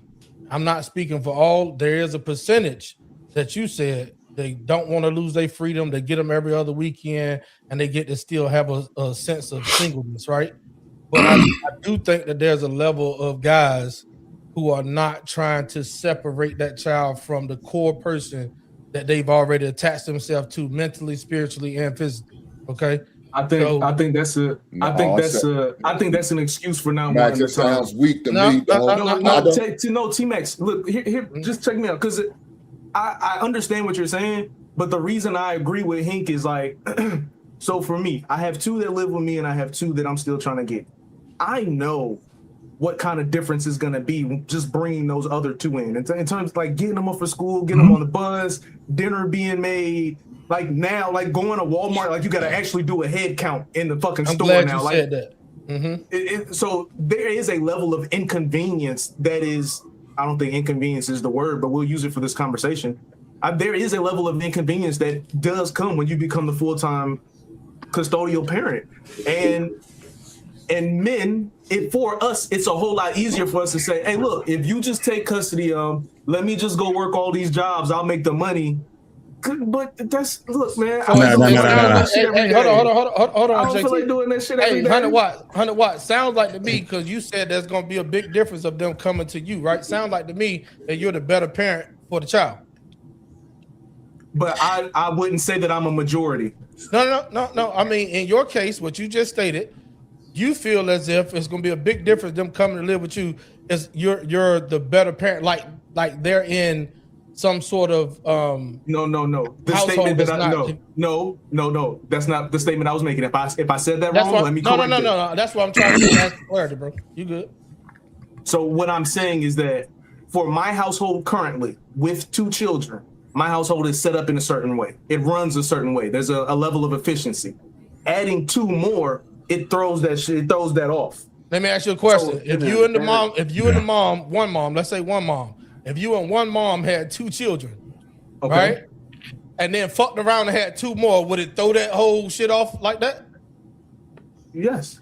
Yeah, because you got infants. Yes. But you deal with it because either way though, it doesn't. I don't care. Why are we feeling sympathy for a certain people who don't really have sympathy for us? I'm worried about breaking up the dynamic of their relationship. No. Hey, I ain't talking about sympathy for the mom. We talking about for the child the same way 100 watts said earlier. Everybody gonna have to get over this.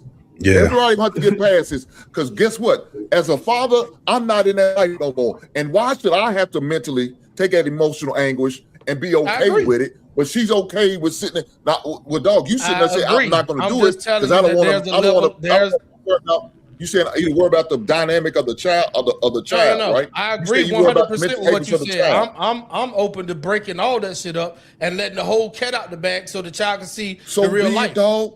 So be it. That's your child. It's not just hers. I don't give a shit. She carried it for fucking 9 months. Thank you for holding him. But that's my girl tells me that. So if that's mine too, I have every right to that child just like she does. So if that means, I have to go and put the child on formula because she can't breastfeed, then so be it. If she dies, I'm gonna have to take on that dynamic, regardless. Right. So I don't care about taking a child away from her because she's nursing. Well, I want to nurse. You're nursing no more. Now, what you can do is up that shit, send it to me. Yeah. I come pick it up every goddamn thing. Yeah, you're talking about what infant, I have to do. I'm talking about a 7 to 12. I don't care if it's an infant. I don't care how young that child is. I'm taking that child because that's my child. I have every right to that child, just like you do. So when visitation comes, I'm gonna get that child on the weekend. I'm gonna have to find a way to feed them. Either get your breast milk or get some formula. One of the two. So what's any difference? I have to make the adjustment. I'm complaining about paying so much, $1,700 a month. Guess what I can do? If I get that child, I ain't got to worry about paying $17. Now the rabbit got the goddamn gun. She got to pay me. So then I can't complain no more. But they say you're a weak ass nigga. If they say you're a weak ass nigga, if you get child support, ain't that what they say? Now call me what you want to. I'm entitled to. Yes. Who said that? Who told you that? Who told you that? Women be saying. You tell them I said kiss my ass. Who gives a shit? I'm entitled just like she entitled. Hey, you I have the so right just like she got the right. Hey, you so right. My girl said the same shit you said. But I need to go then that's a problem. Then you can't sit there and complain about, man, I'm paying $1,700 support. Then know what you do, go in there and get that custody. And then guess what? You ain't got to worry about that no more. Now, whether you want to receive the support or not, you could either accept it or decline it. That's on you. You'll be a fool if I tell you sit there and decline it, because I'm going to accept everything I'm entitled to, whatever it is. But Justin is a parent. Do what you got to do, but you got to be willing to do it though. And and like you said, I'm not worried about the dynamics that it was. I'm taking away from her, and he's 3 years old. So what? So what? She'll figure it out. She can rekindle her and explain it every other weekend, just like I had to. Yeah. Look, if you think you the better parent and you already got 4 kids or 2 kids or whatever, how many kids you got, being a parent is adjusting to whatever comes up.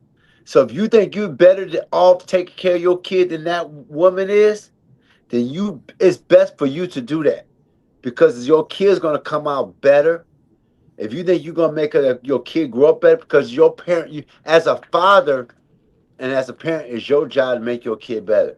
Even my girl had to bring that to me right now to say, baby, you need to go to court and fight for your kids and get your kids. And if a woman just sees that, then that tells you something. You need to fight for your kid, be there for your kid. I don't care what that woman think. Oh, he didn't know. Because she don't care how she hurt you. And Hank had a point right there. So there was another point that I wanted to bring out too. You guys kind of touched on it. Most guys, and Hank brought this point up, most guys don't want to be full-time parents. Let's keep it 100. It's not the fact that they can't, but a lot of dudes, if there was a point where the court said, you can take on these kids and you guys got 50-50 and you get these kids 50%. There's no custodian parents. Both of y'all are custodian parents. Most guys would decline that. The reason being is because of the mindset of the guys right now. Let me explain why I say this. I personally think that women are better when it comes down to taking care of kids. Reason being is because the nominal amount of men that take care of their kids right now is a very small, and you can't really put those two or do a stat on that, because it's not a whole bunch of men that you can do a stat on, right? Now, most men won't do it by themselves. What would happen is that you would have most men that would already have they would have a relationship. And a lot of times the relationship would be that mate is going to help them to rear those kids.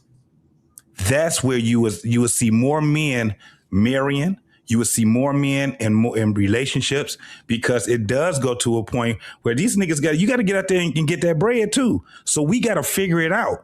That's why now I believe that a lot of men, when it comes down to it, if they have to get their kid, they will, and they got to make the adjustments. But I don't believe that most men will even take that on right now because of what the mindset has been for generations. Well, I think that they would have to practice that.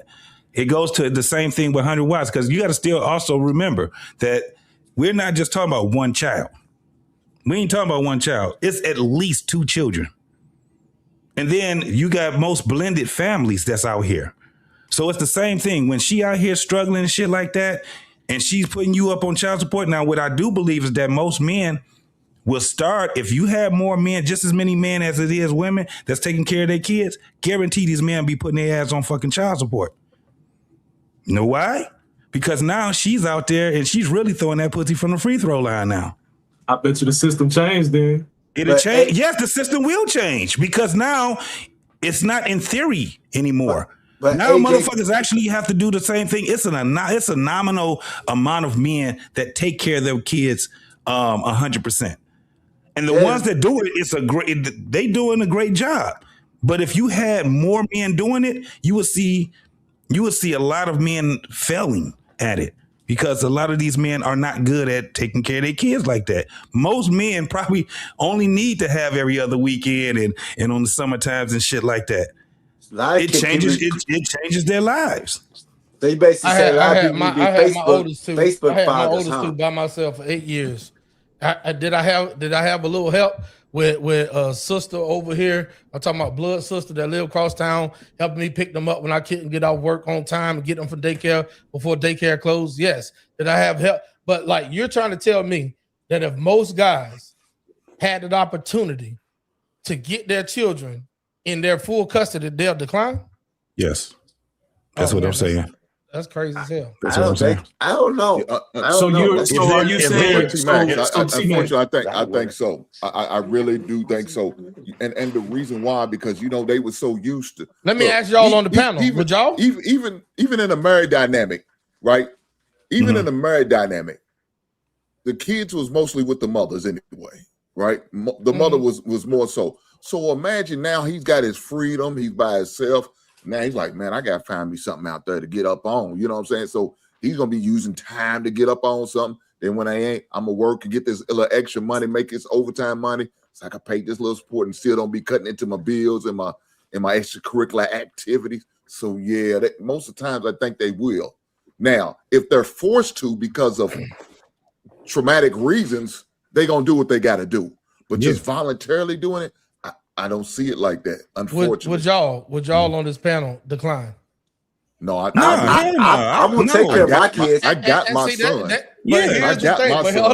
Hold on, bro. I know that's right. Same here. But what I'm saying is, bro, here's the thing. This is what I tell when I'm on mixed panels with women.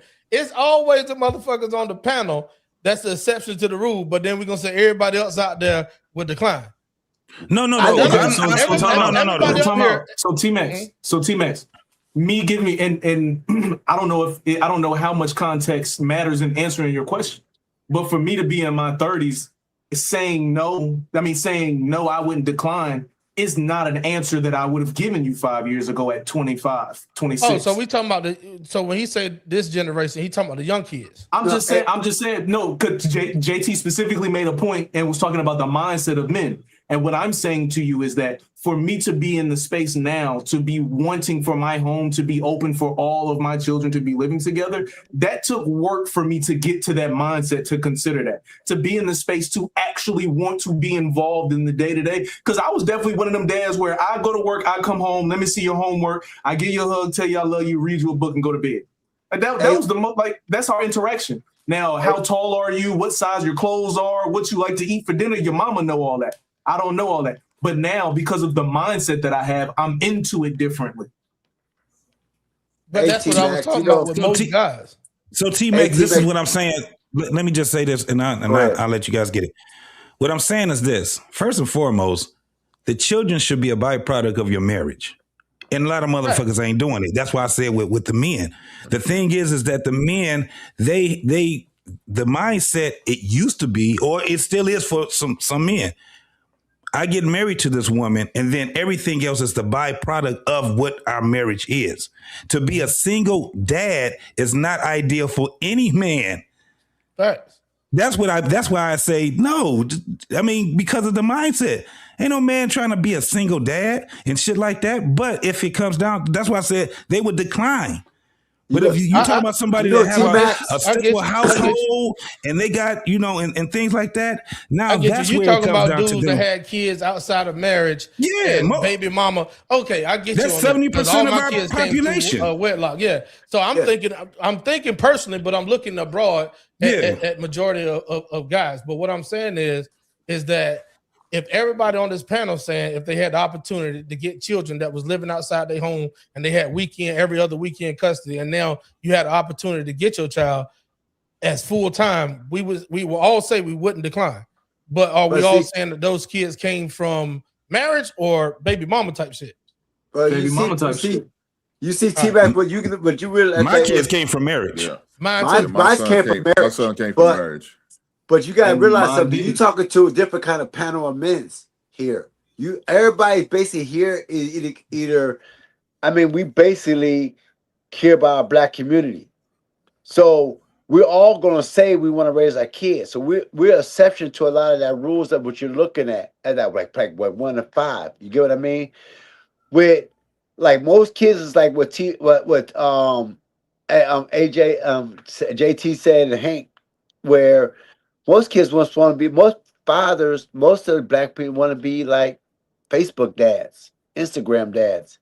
Put the pictures up, be the weekend dads, show Facebook, go out and party when they ain't there, sit back and chill, and do everything else.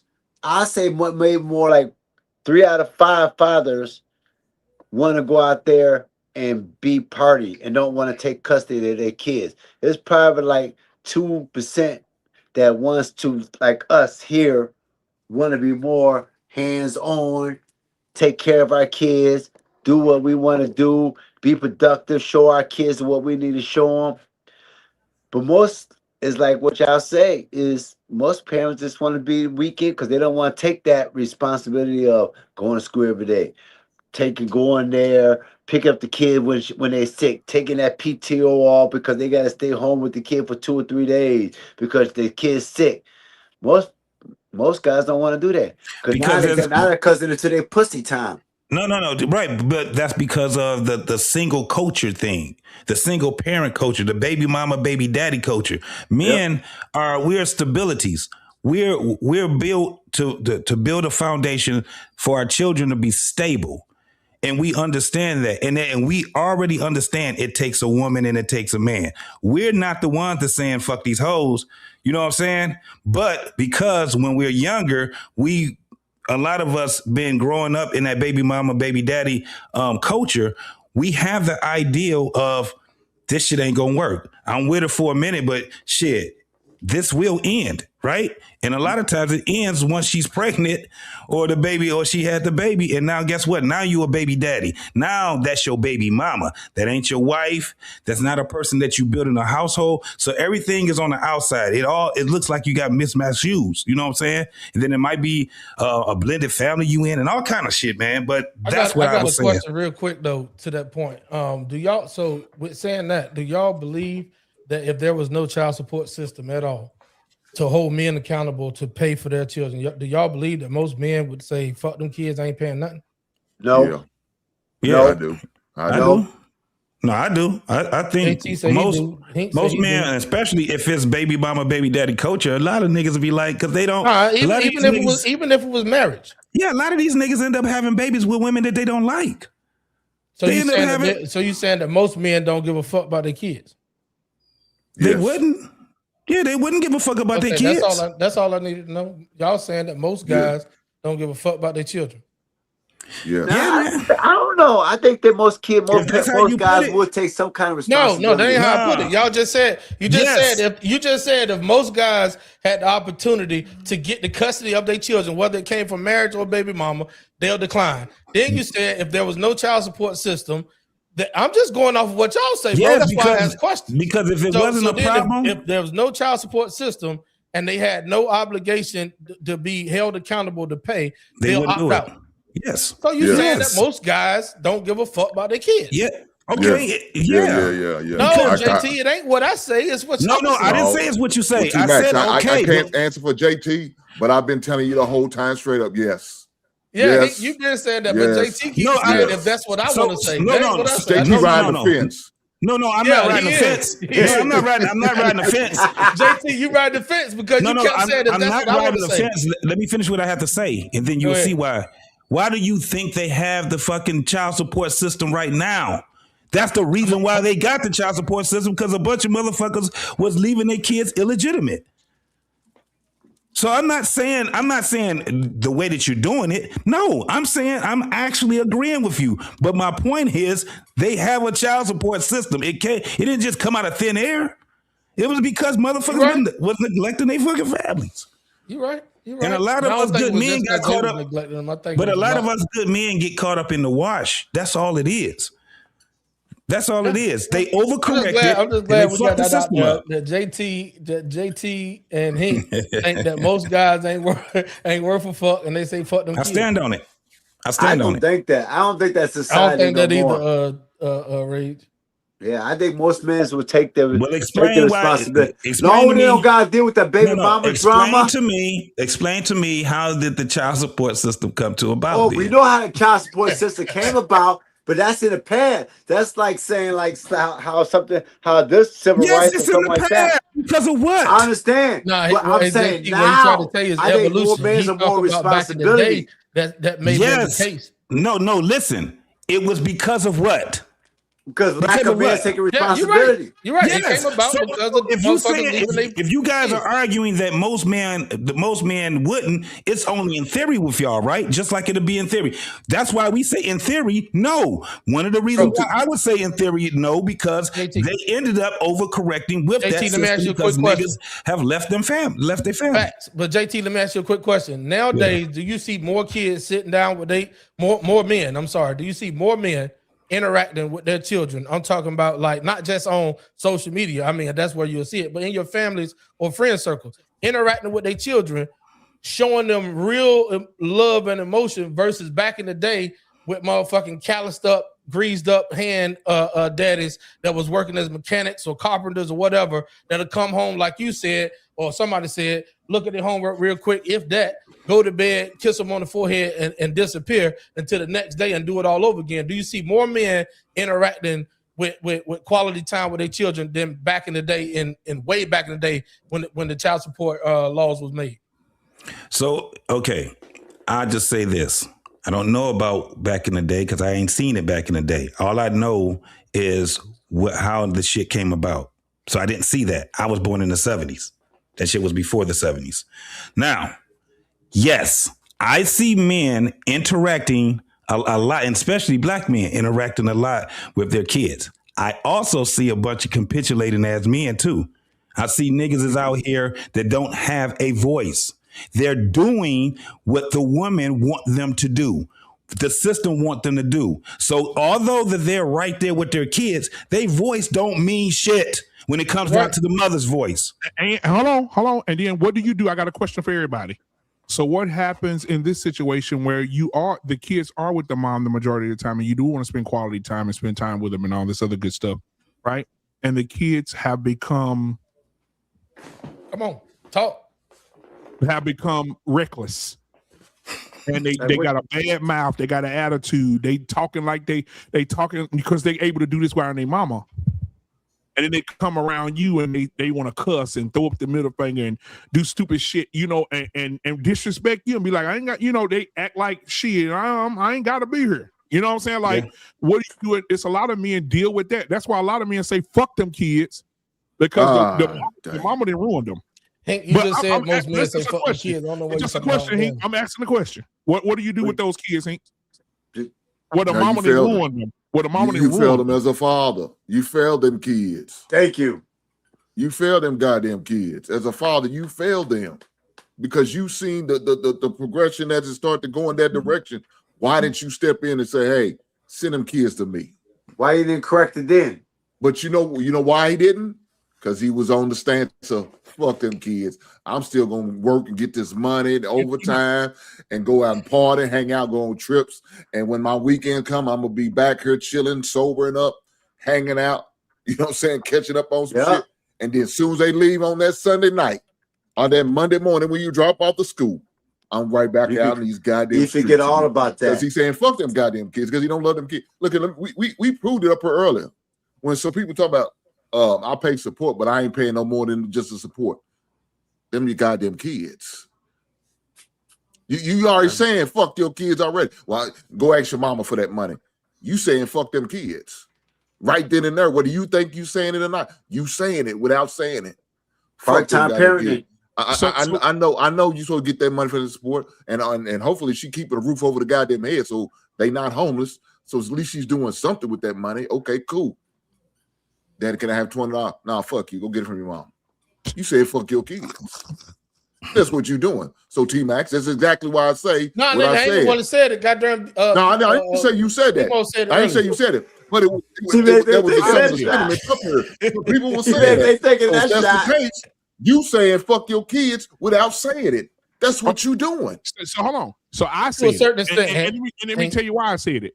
If a man, like I said the other day, the man who spent time with his kids, do what he had to his kids, the court tell him for one child $1,780. Why is that kid calling asking for anything when you almost know why? Because the mama told him to that kid. I'm trying. Mama told him to. But again, and I understand what you're saying. As long as that kid's he's not malnourished. Mama's not saying I'm having trouble paying my rent. As long as I'm not getting those calls, how much you need, dog? All right, come on. Yeah, I'm gonna send it to him. You know why? Because I love my child. I got a cash app for mine. If he asks for something now, BMU, if he asks for something extreme, are you doing too much, dog? Hold on, man. Why ain't your mama get you some goddamn shit? What's too much? Why ain't your mama take you school shopping? Okay, so let's mark the line here. So he called you, hey Pop, what's up? Hey, listen, man, I just got picked up on this new basketball team or whatever. Hey, I'm gonna need $750 by Friday. But that's what your mama. I'm gonna hear you out. I'm gonna hear you out. And then what I'm gonna say what I'm gonna do. I'm hold on. He said I'm on a new AAU team. I need $750. Cool. I got you. I'm gonna call the mama and say, hey, Okay, we can split that bill. There You pay you go. half, I pay half. Yeah, That's what we done that. that's We've co-parenting. done that. That's not no. We done it with my son. Yeah, I wouldn't get support. She wouldn't get support. When he's with you, you take care of him. When he's with me, I take care of him. I like that. Everything. We split everything. So she said, we find out what it is. How much is it? You said $750. Oh, okay, no problem. Here's my $375. Go and do what you got to do. Now split it down a bit. Now, hold on. We had that conversation. Your child support hit on the 3rd, so your $1,700 has already went to her. He called you and said, "Dad, I need $750 by Friday." She just got the child support payment. Okay. I'm gonna give you half of that $750. How much is that? What are mathematicians at? So you giving I'm gonna give you half of that $750. I'm gonna give you half of that $750. I'm gonna give you half of that. I'm same thing. I'm gonna give you half. I'll give you half of that goddamn $750. But what if you don't have it? What if you don't have it? What about if that's $2,075 if you paying $375 along with the $1,700? Yeah. If I don't have it, then I'm in trouble already, though. BMU, I'm in trouble already. Then he can't play on the AAU team. Then, if I can't afford to do it, then I can't afford to do it. Hey, look, I was talking out of reality, bro. Most dudes don't have it because that $1,700 crippling their ass. Everybody up here before I got here was talking about there and getting a second job and all this other shit to keep their head above water. Max, I did those things. Yeah, me too. I did those things. I worked at Home Depot restocking shelves in order to pay my lawyer for this divorce situation. Yeah. I did those things. Those are called sacrifice. As a man, I got to do what I got to do. But you had a threshold right there, though, Hank. You had to work in a meat packing plants for 4 hours, 8 hours a day, and getting paid the same day working on meat packing plants while you just came off an 8-hour shift doing something else. Hey, trying to make sure you pay them lawyers to get that money. I was willing to make in order to do what I needed to do. I did those things. I've been through all that shit I'm talking about. I walked down that avenue. I walked them shoes. I did it. Yeah. Not proud of it, but I had to accept that until I got shit worked out to where it got worked out. So now we divorced. Now I know what my support is. I paid what I had to pay. And if I couldn't pay with my regular check, you best be damn, I would be willing to go get a second job.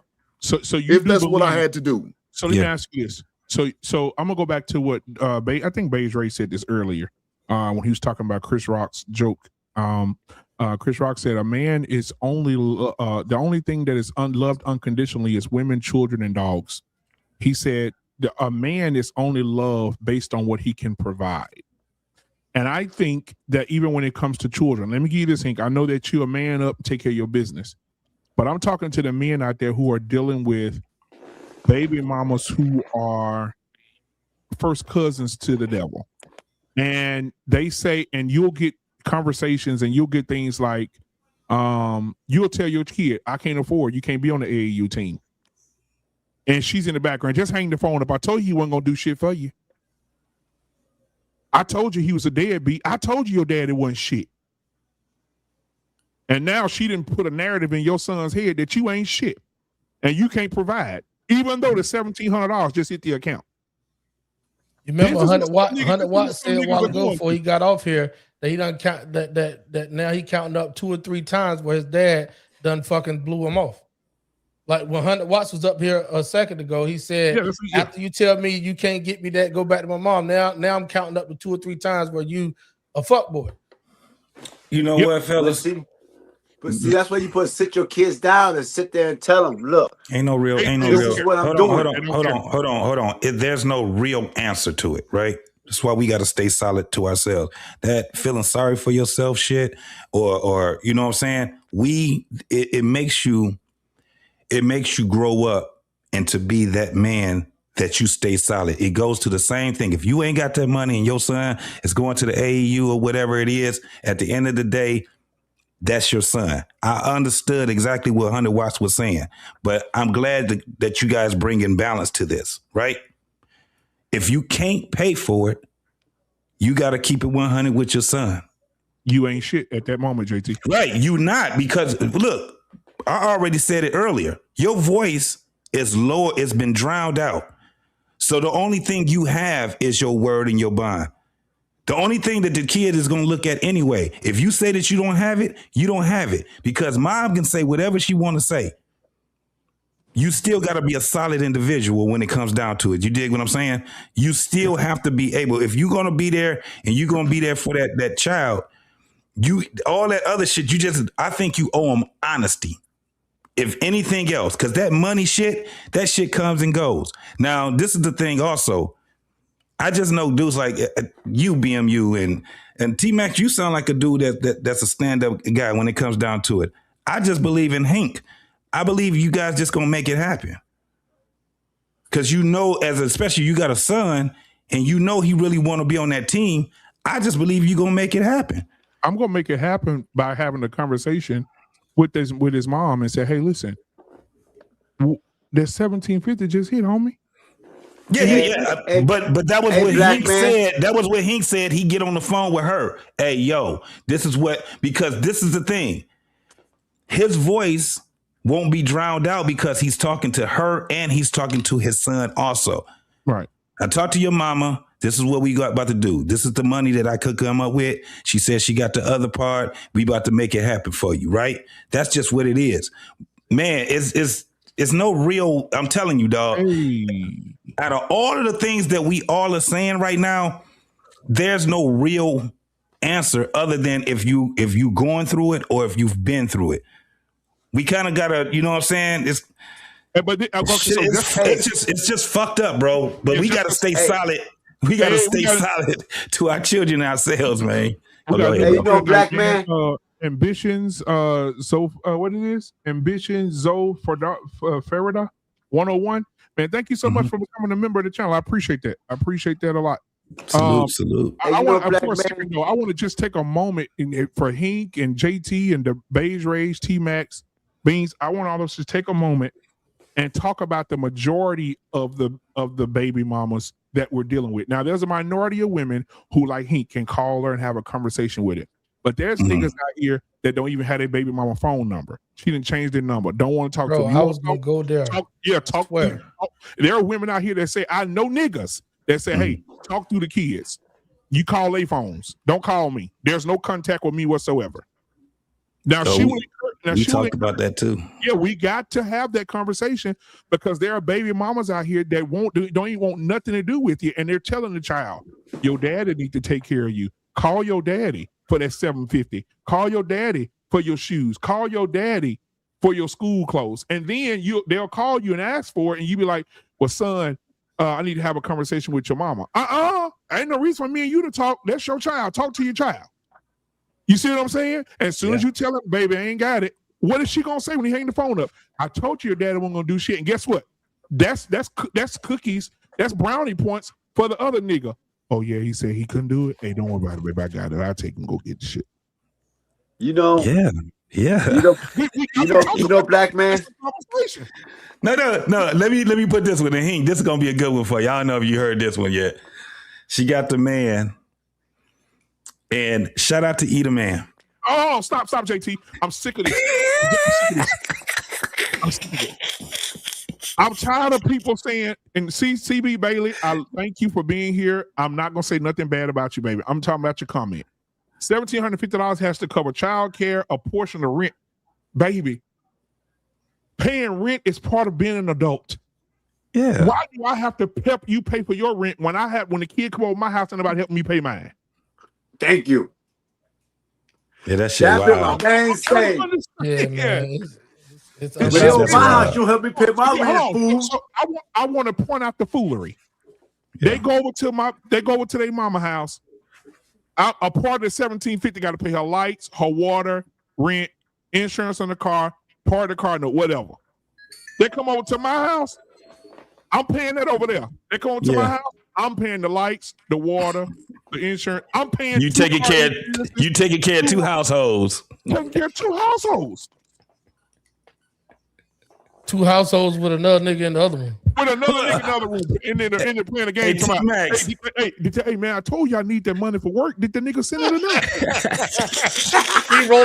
He rolling up with your shit. Again, that's when you need to get that female lawyer. Go in there and get your goddamn child. Or Find somebody that getting got sick Ray of doing Caruth's phone this. number. Yeah. You know, yeah. I hear y'all talk I about. ain't gonna never encourage that guy. No, I'm Damn, fucking I ain't never go there. God damn. Yo, hey, yo, BMU. No, let me put this other scenario out there before you go, bro. Damn. So Hank, she got another man. She married or whatever, right? My man calls you and tell you that whenever you communicate with her, you got to communicate with him also, right? I'll And beat his ass. you guys got to be in a group text. So if I'll you beat text his her, ass. it has to be in a group text. T-Max, what you saying? I'll tell my baby mama give me saying that, say motherfucking what? bound money. I'll tell my baby give me bound money. Wait, but go ahead. So what? Listen, I say, hey man, hey T, what's up, bro? Hey, listen, in order for you to be able to communicate with my wife, right? Hold on. You gonna have to do it in a. We good. We gonna have to do it in a group text, my man. You the You new need to nigga. be in it. That's the only way. And you can only text her at no more than at 10 o'clock BMU, 10 o'clock PM. You muted. Ooh. Oh. You know what I'm saying? That's what you know. Which is he still he cussing me out or something. I know. I'm finna say he gonna say 7 o'clock is the cutoff, and your son, I take his phone around 6:30, so don't call him either. Man, y'all playing, man. Again, why ain't you got that female lawyer tear down to that goddamn courthouse and get your child? What are you waiting on? Is that a real situation y'all know about though? Somebody on the last panel, somebody brought that scenario up, and he was saying he was serious in a heart attack. He was serious in a heart attack. I'm bypassing all that. I'm not dealing with the mother at all, so that's fine. My son got a phone, and my child got a phone. I'm talking directly to him. Anything he need to tell me, he could tell me. He could text me and call me, and we're gonna chop it up. I don't need to talk to the I went hang with that. I bought both my daughter's phones. And the mom. I don't need to talk to her for what? He can talk on his own. That's all I need. Now that situation gets somebody hurt. That's crazy. Hey, we already got we already got the visitation schedule, so they know what it is. I'll be here when I'm here, and I'll bring them back when I bring them back. We already know the schedule. What do we need to talk about? What me and you talking about, my niggas? I was gonna say that, JT. I don't need to talk to the That's woman. what we need to talk about. The niggas that be stepping in trying to do too much. So what do you do about that? What do you do? BMU. Like you call the house and they say, "Hey, you like where my son at?" Oh, I have somebody training them, and I have my calling the man house. training them. Who using the house phone in every goddamn morning? No, I'm calling him. Okay, you call your son. a house phone. He said, "Daddy, I'll call you back, Daddy. I'm with Mama new nigga right now. He teach me how to swing this baseball bat." Hey, that's some shit you're gonna have to deal with too, though. Look, I can't be mad at that. Hey, hold on 1 second. I can't be mad at that. Hold on 1 second, nigga. Goddamn, hold on. What the hell you been at? Whose chat is CB Bailey in?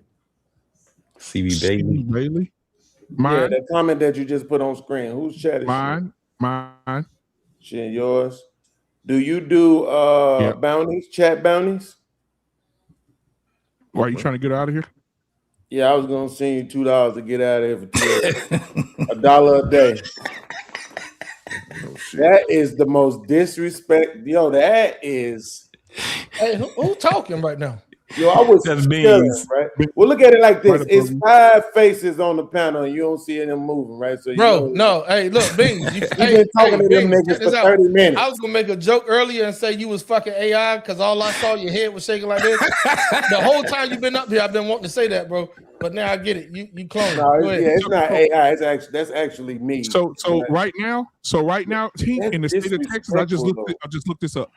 For a father, I put in this. The question I asked: how much did it cost on average for a man to fight for custody of his children in the state of Texas? I only did Texas.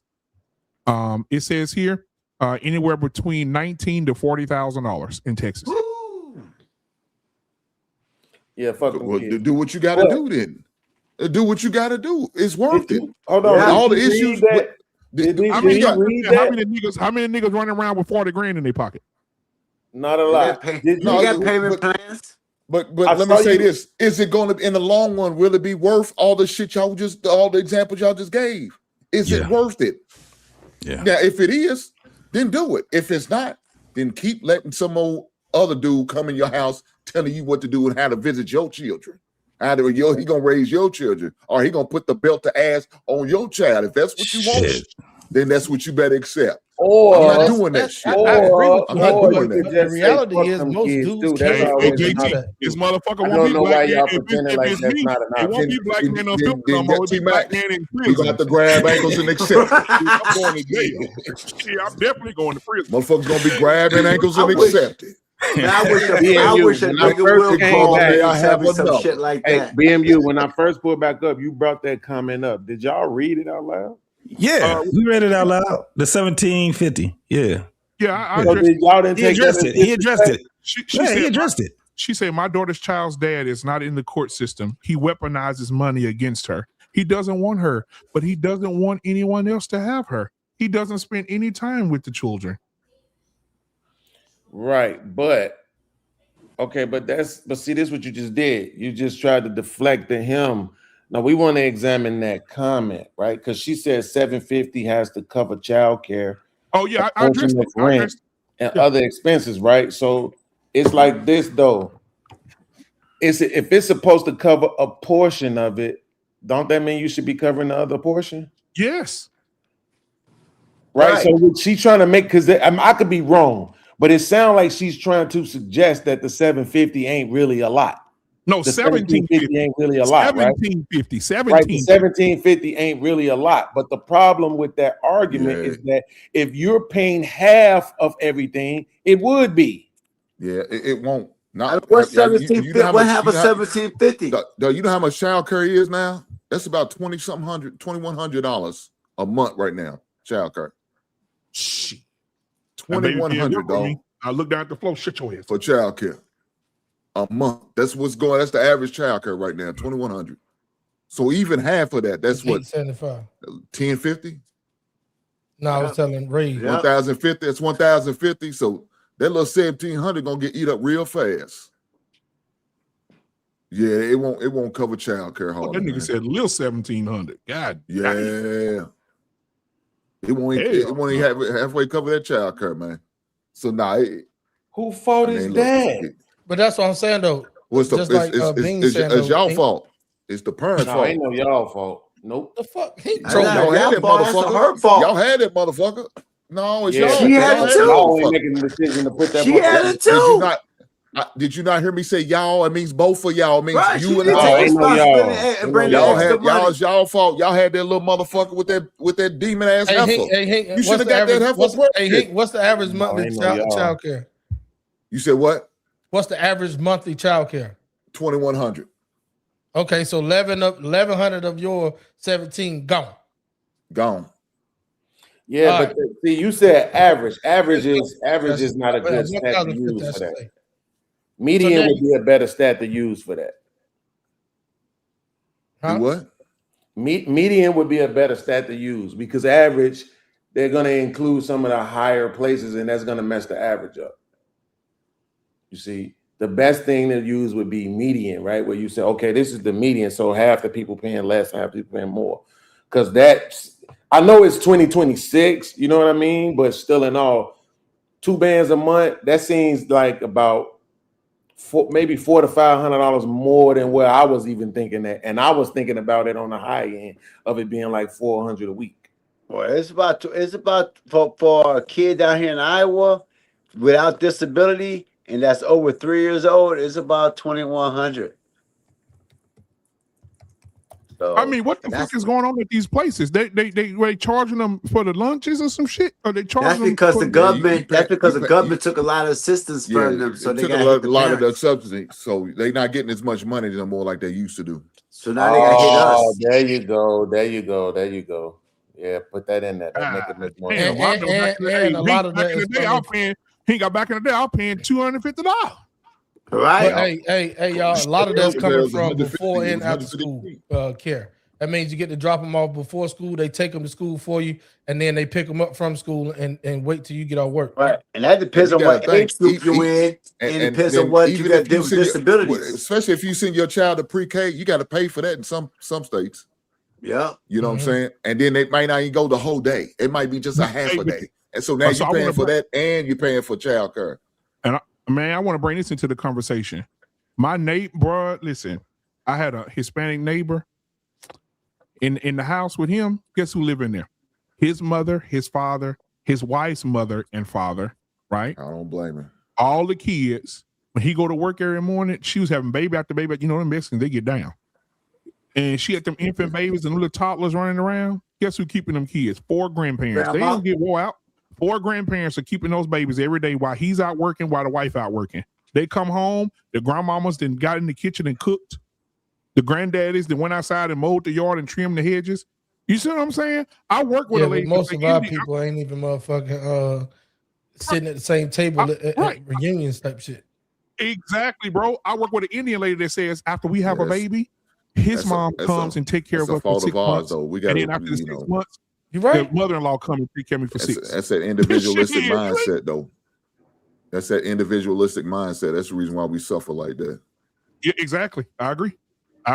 That Indian lady said they take care of they take care of their baby. Even when they get married, nigga.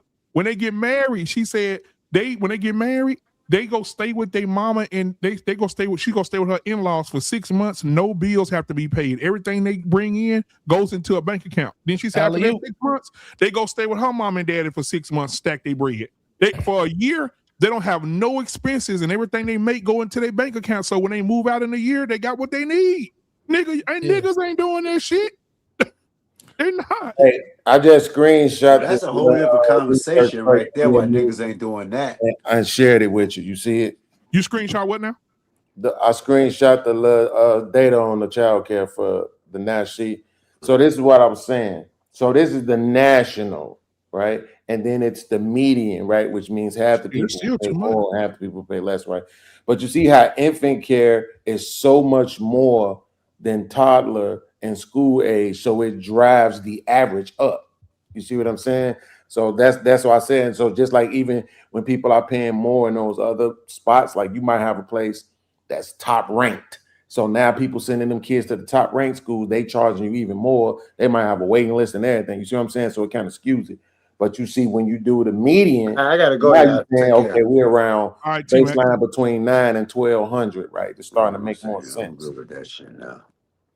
Right, so it's that to me, if we go with that, right, even if we went to the highest point, which was 1,200 for the, and when we were splitting half of that, that's 600 out of 1,700. You still got 1,100 to play with. And you know what though? I'll say this too, T-Max. Listen, if a woman, think about this. You know how many women right now that had sex with dudes and making really good money, and you get $1,700 a month? I think Baby was telling me the other day that a woman was on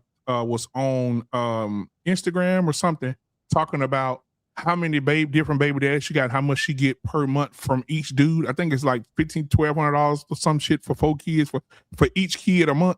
Some shit. So she getting all that, but she on Section 8. She get Medicaid. She gets all type of government assistance plus that nigga money. You ain't got to work.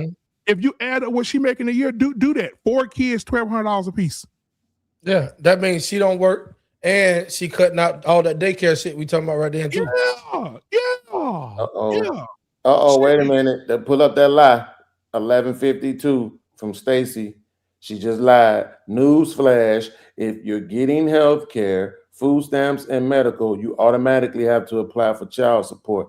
That's a lie, Stacy. You know how I know? Because all you gotta do is say you don't know who your baby daddy is.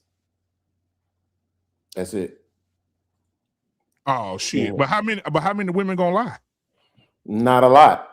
Because the person who I know who did it BMU, guess what? She's still with that nigga to the day. They celebrate they wedding anniversary every year. They got 3 kids together, right? Like, and they've been together ever since. You know what I'm saying? So that's a different mindset. When her baby daddy, who was actually my cousin, he was locked up. He got locked up. And then that's when she had to get on all of the, the assistants. And they said, who is your dad? Who's the baby daddy? I don't know. Period. Well, and guess what? It's so many women who don't really know. Anyway, you know what I'm saying? I don't see why they would have a problem with lying. But see, the thing about they cut you off because you got like so many months to figure out these truths. Look, that's the thing about this access to this information. Right. They got access to all things with you. Yep. Your accounts. They do research. They check. They cross state check. They don't just check in the state of whatever state you in. They cross state check. They check all of that shit, and they'll come back 6 months later. That's correct. You know what, Stacey? Just for you, I'm gonna look that up too. Just for you, because for some reason I think you think it's more than what it really is. But I'm gonna look that up. We're gonna evaluate all of that, man. They gonna look at that, man. They gonna look at everything. They want to know all your information. Accounts. They gonna run that social security number. Yeah, they run all your addresses. They gonna run all that shit. Yeah. It's gonna be like they trying to repossess your ass. They coming. They're gonna be looking for your ass. They check all that shit, man. They don't be playing. And so we just had somebody get locked up for fraud. She was working over in Indiana. Then she started working over in Kentucky. And boy, they locked her ass up at the desk. Put the cuffs on her for child support fraud.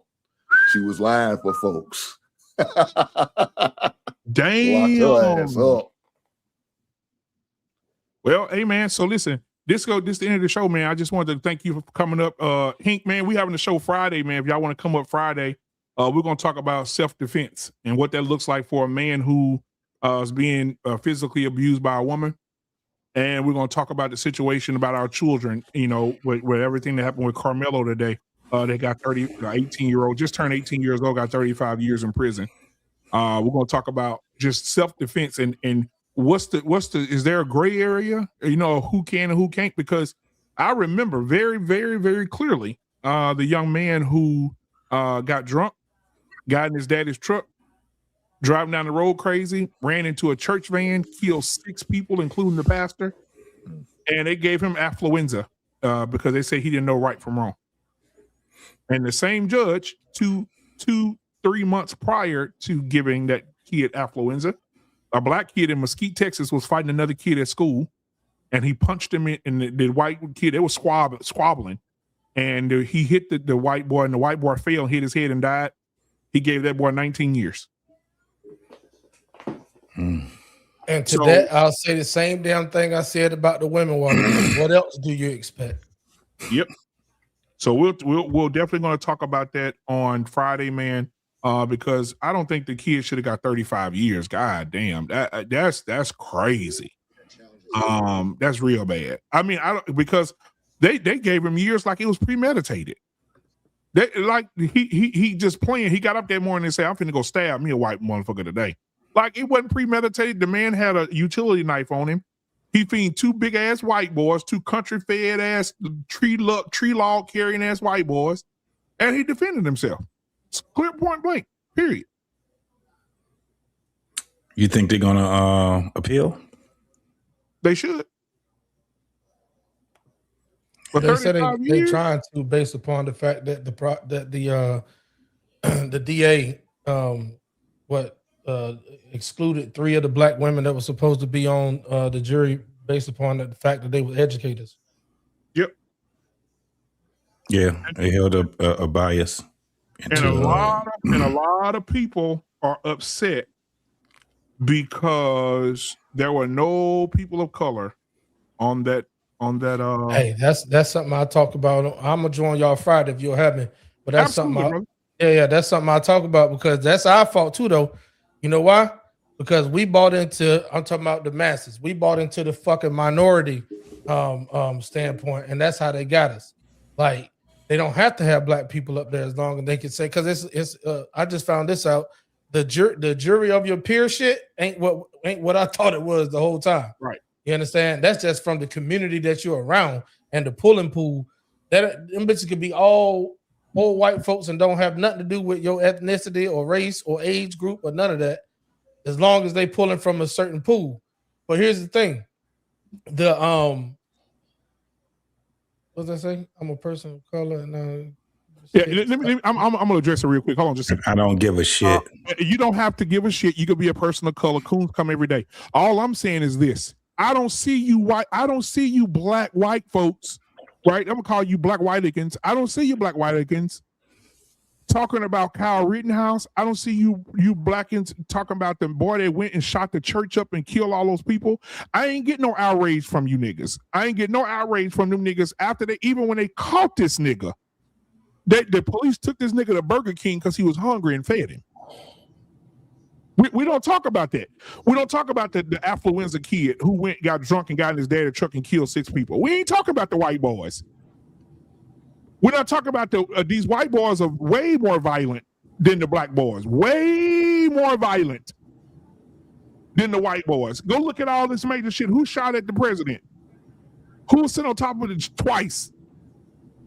White motherfucker walk into a ballroom and just took off past the goddamn Secret Service, start shooting. Like, come on now. Come on. We can't sit up here and we can't keep cooning. I mean, I'm sorry the little white boy died, but keep your fucking hands to yourself. You can't, and shout out to DJ Ham. DJ Ham said this today. You can't put your hands on me and then try to control the outcome of what I'm finna do to you. You cannot put your fucking hands on me, and you don't know what kind of mood I'm in. So you come up and put your fucking hands on me, and I knock you. I'm going to do my best to fuck your ass up real bad, like. And so now I got to go to prison because you felt like you want to be the bully. I was listening to JT with the beard, the white beard that be doing the motivational speaking. You know what I'm talking about. Used to be a DJ. You say he used to be a DJ. He got a long beard now, white beard from Michigan that teach the boys karate and shit. Oh, Jason Wilson. Jason Wilson just told a story about that. He said it was 2 men in a car headed down the highway in Michigan. I don't know if you know about this. He said the 2 men were arguing back and forth with each other. The one threatened to kill the other one. He said, pull over. They both got out the car. Both of their families in the car. They both got out the car and shot each other to death. Yeah. They killed each other. Bang, bang, bang, bang, bang. You can't, some people not going to take disrespect. They not going to take it. I'm not going to, JT, if a motherfucker come up and slap the fuck out of you right now, what's going to happen to him? Yeah, we getting busy. Hank, what's going to happen to him, Hank? Yeah, we're going to get down. That's what I'm saying. And guess what? When Hank snap and do what he do, JT, Beans, T-Max, if you snap and get angry, you don't know what you capable of when a motherfucker puts you in that position. Especially if your family there. That's just like right now. DJ Ham brought this up too. Shout out to him again. He talked about your daughter. If morally, like legally, it's illegal to kill a man who raped your daughter. But morally, it's amazing. He got to go. If my daughter come raped, he dead.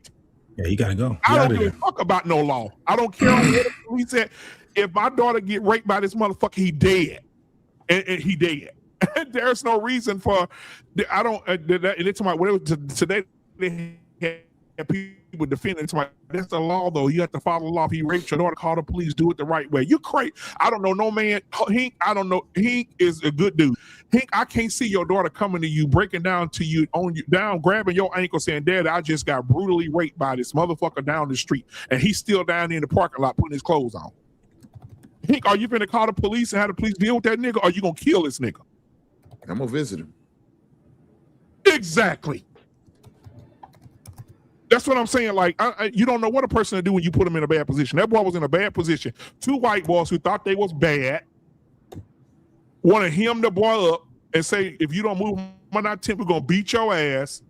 And the black boy said he gave him a warning. They said it in court. Hey, don't put your hands on me. Yeah, he had a shitty ass defense, bro. That defense is just, I don't know. That shit. That was the witnesses for the defense fucked them over more than anybody. Yeah, sure did. I mean, it's just something else about that that's just not sitting right with me, man. That shit happened too fast. It was just, shit. Y'all, I may do a show Thursday. Because there's a lot of shit to talk about. Now we got to talk about Mr. Child shooting the black boy in the back. Oh, over yeah. a bottle of water. We got to talk about that because now the Asian people are talking shit now. You niggas and you niggas this and man, let me see if I can let y'all hear this. I got it right here. I saved it because I wanted y'all to hear it. We're gonna play it again. I think I sent that one to you. Did you get it off of IG? I got it off. Somebody sent it to me on TikTok. I think it was it Beige? I think Beige sent this shit to me. But listen to this.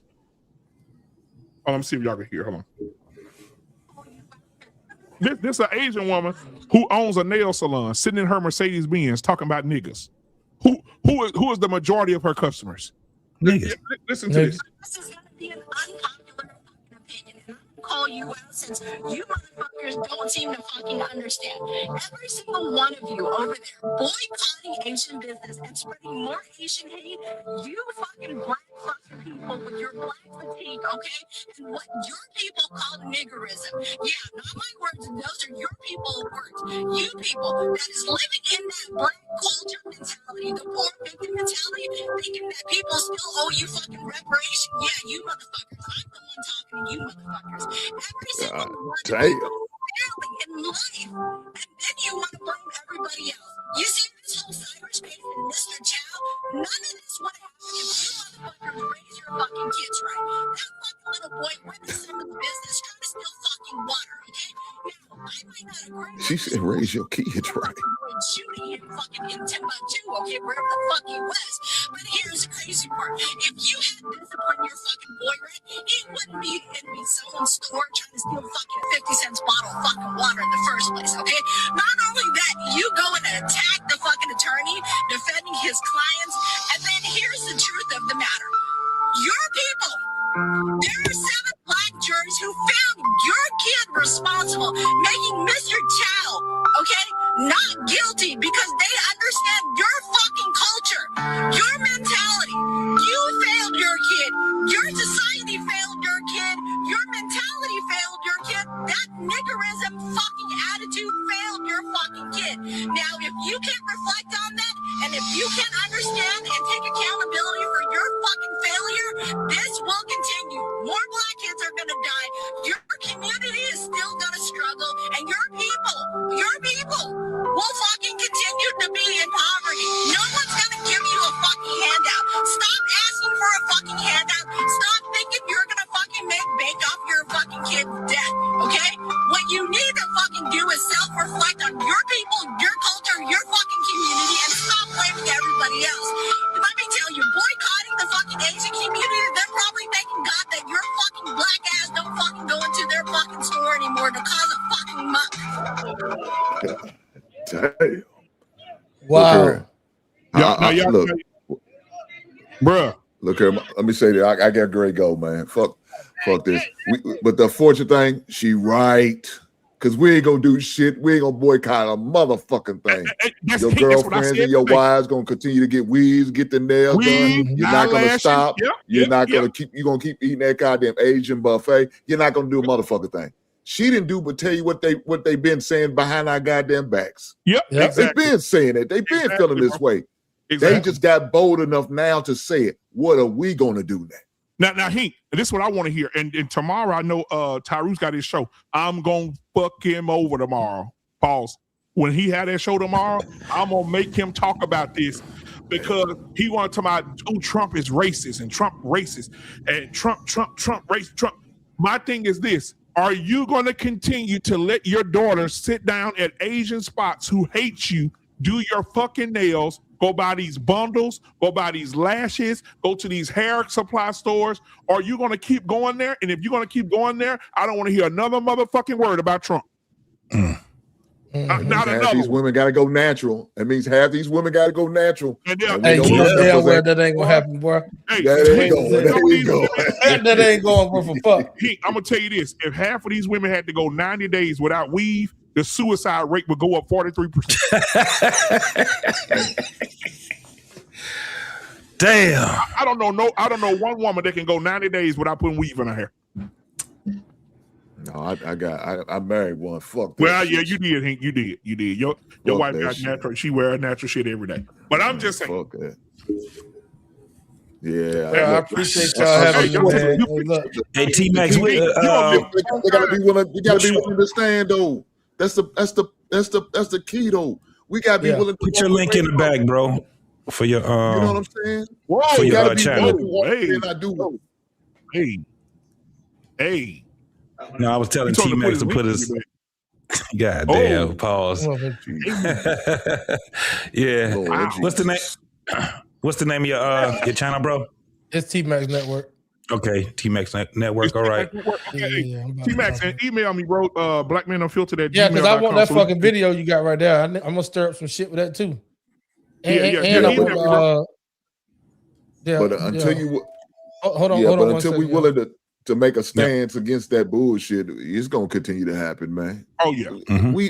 We got to be willing to make it stop, man. Yeah. There's two ways you're gonna get your message across: by blood or by money. Yes, sir. And motherfuckers ain't gonna take no motherfucking lies. So we know that ain't gonna be the situation. Look at this shit. White women wear weave, fake eyelids too. Who are the majority of people who buy the weave?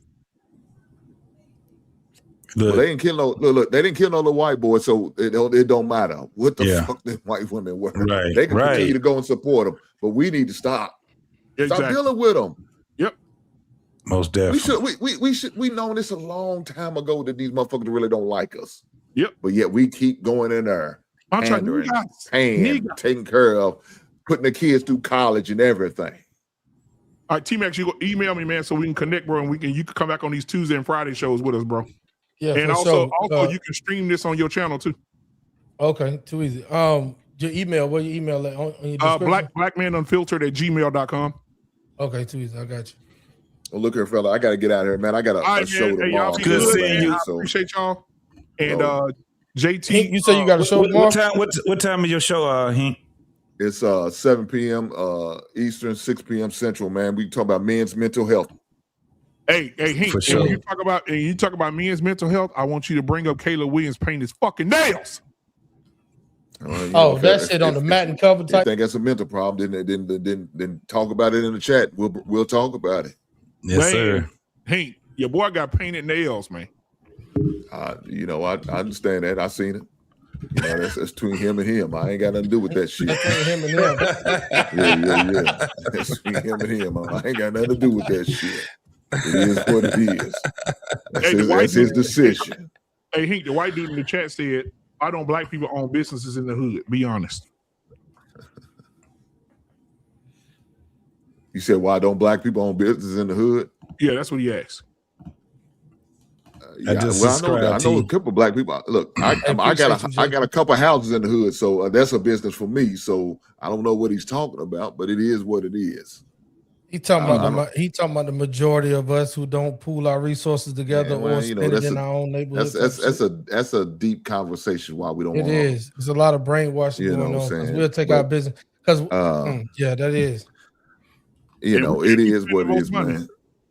All right, man. Well, I appreciate y'all, man. Hey, hit me up, T-Max, so I can get you involved in these shows, brother. Hink, as always, my brother from another mother, JT. My guy, man. I appreciate y'all, man. Every one of y'all, man, for coming out tonight, man. We'll see y'all later. Peace. Yeah. Black Man Unfiltered Network. We ain't here to play nice. We here to flip everything they told you was normal. Hey! Yeah. Hey! We flipping tables. Yeah! We breaking labels. No more silence, no more favors. Truth hit hard, can't save it. Yeah, we flipping tables. This that real, no cable. Hey, if it's fake, we unplug it. Welcome to the table. Yeah. I came in the room, they was comfortable, quiet. Smiling in your face, but behind it is riot. They told me be calm, but I'm built for the storm. When the truth in the building, you better transform. They don't like a man when he speak with direction. They love you when broken, confused, and correction. But I'm on a mission, I'm changing perception. No filter, no fear, just raw intersection. System designed just to keep you disabled.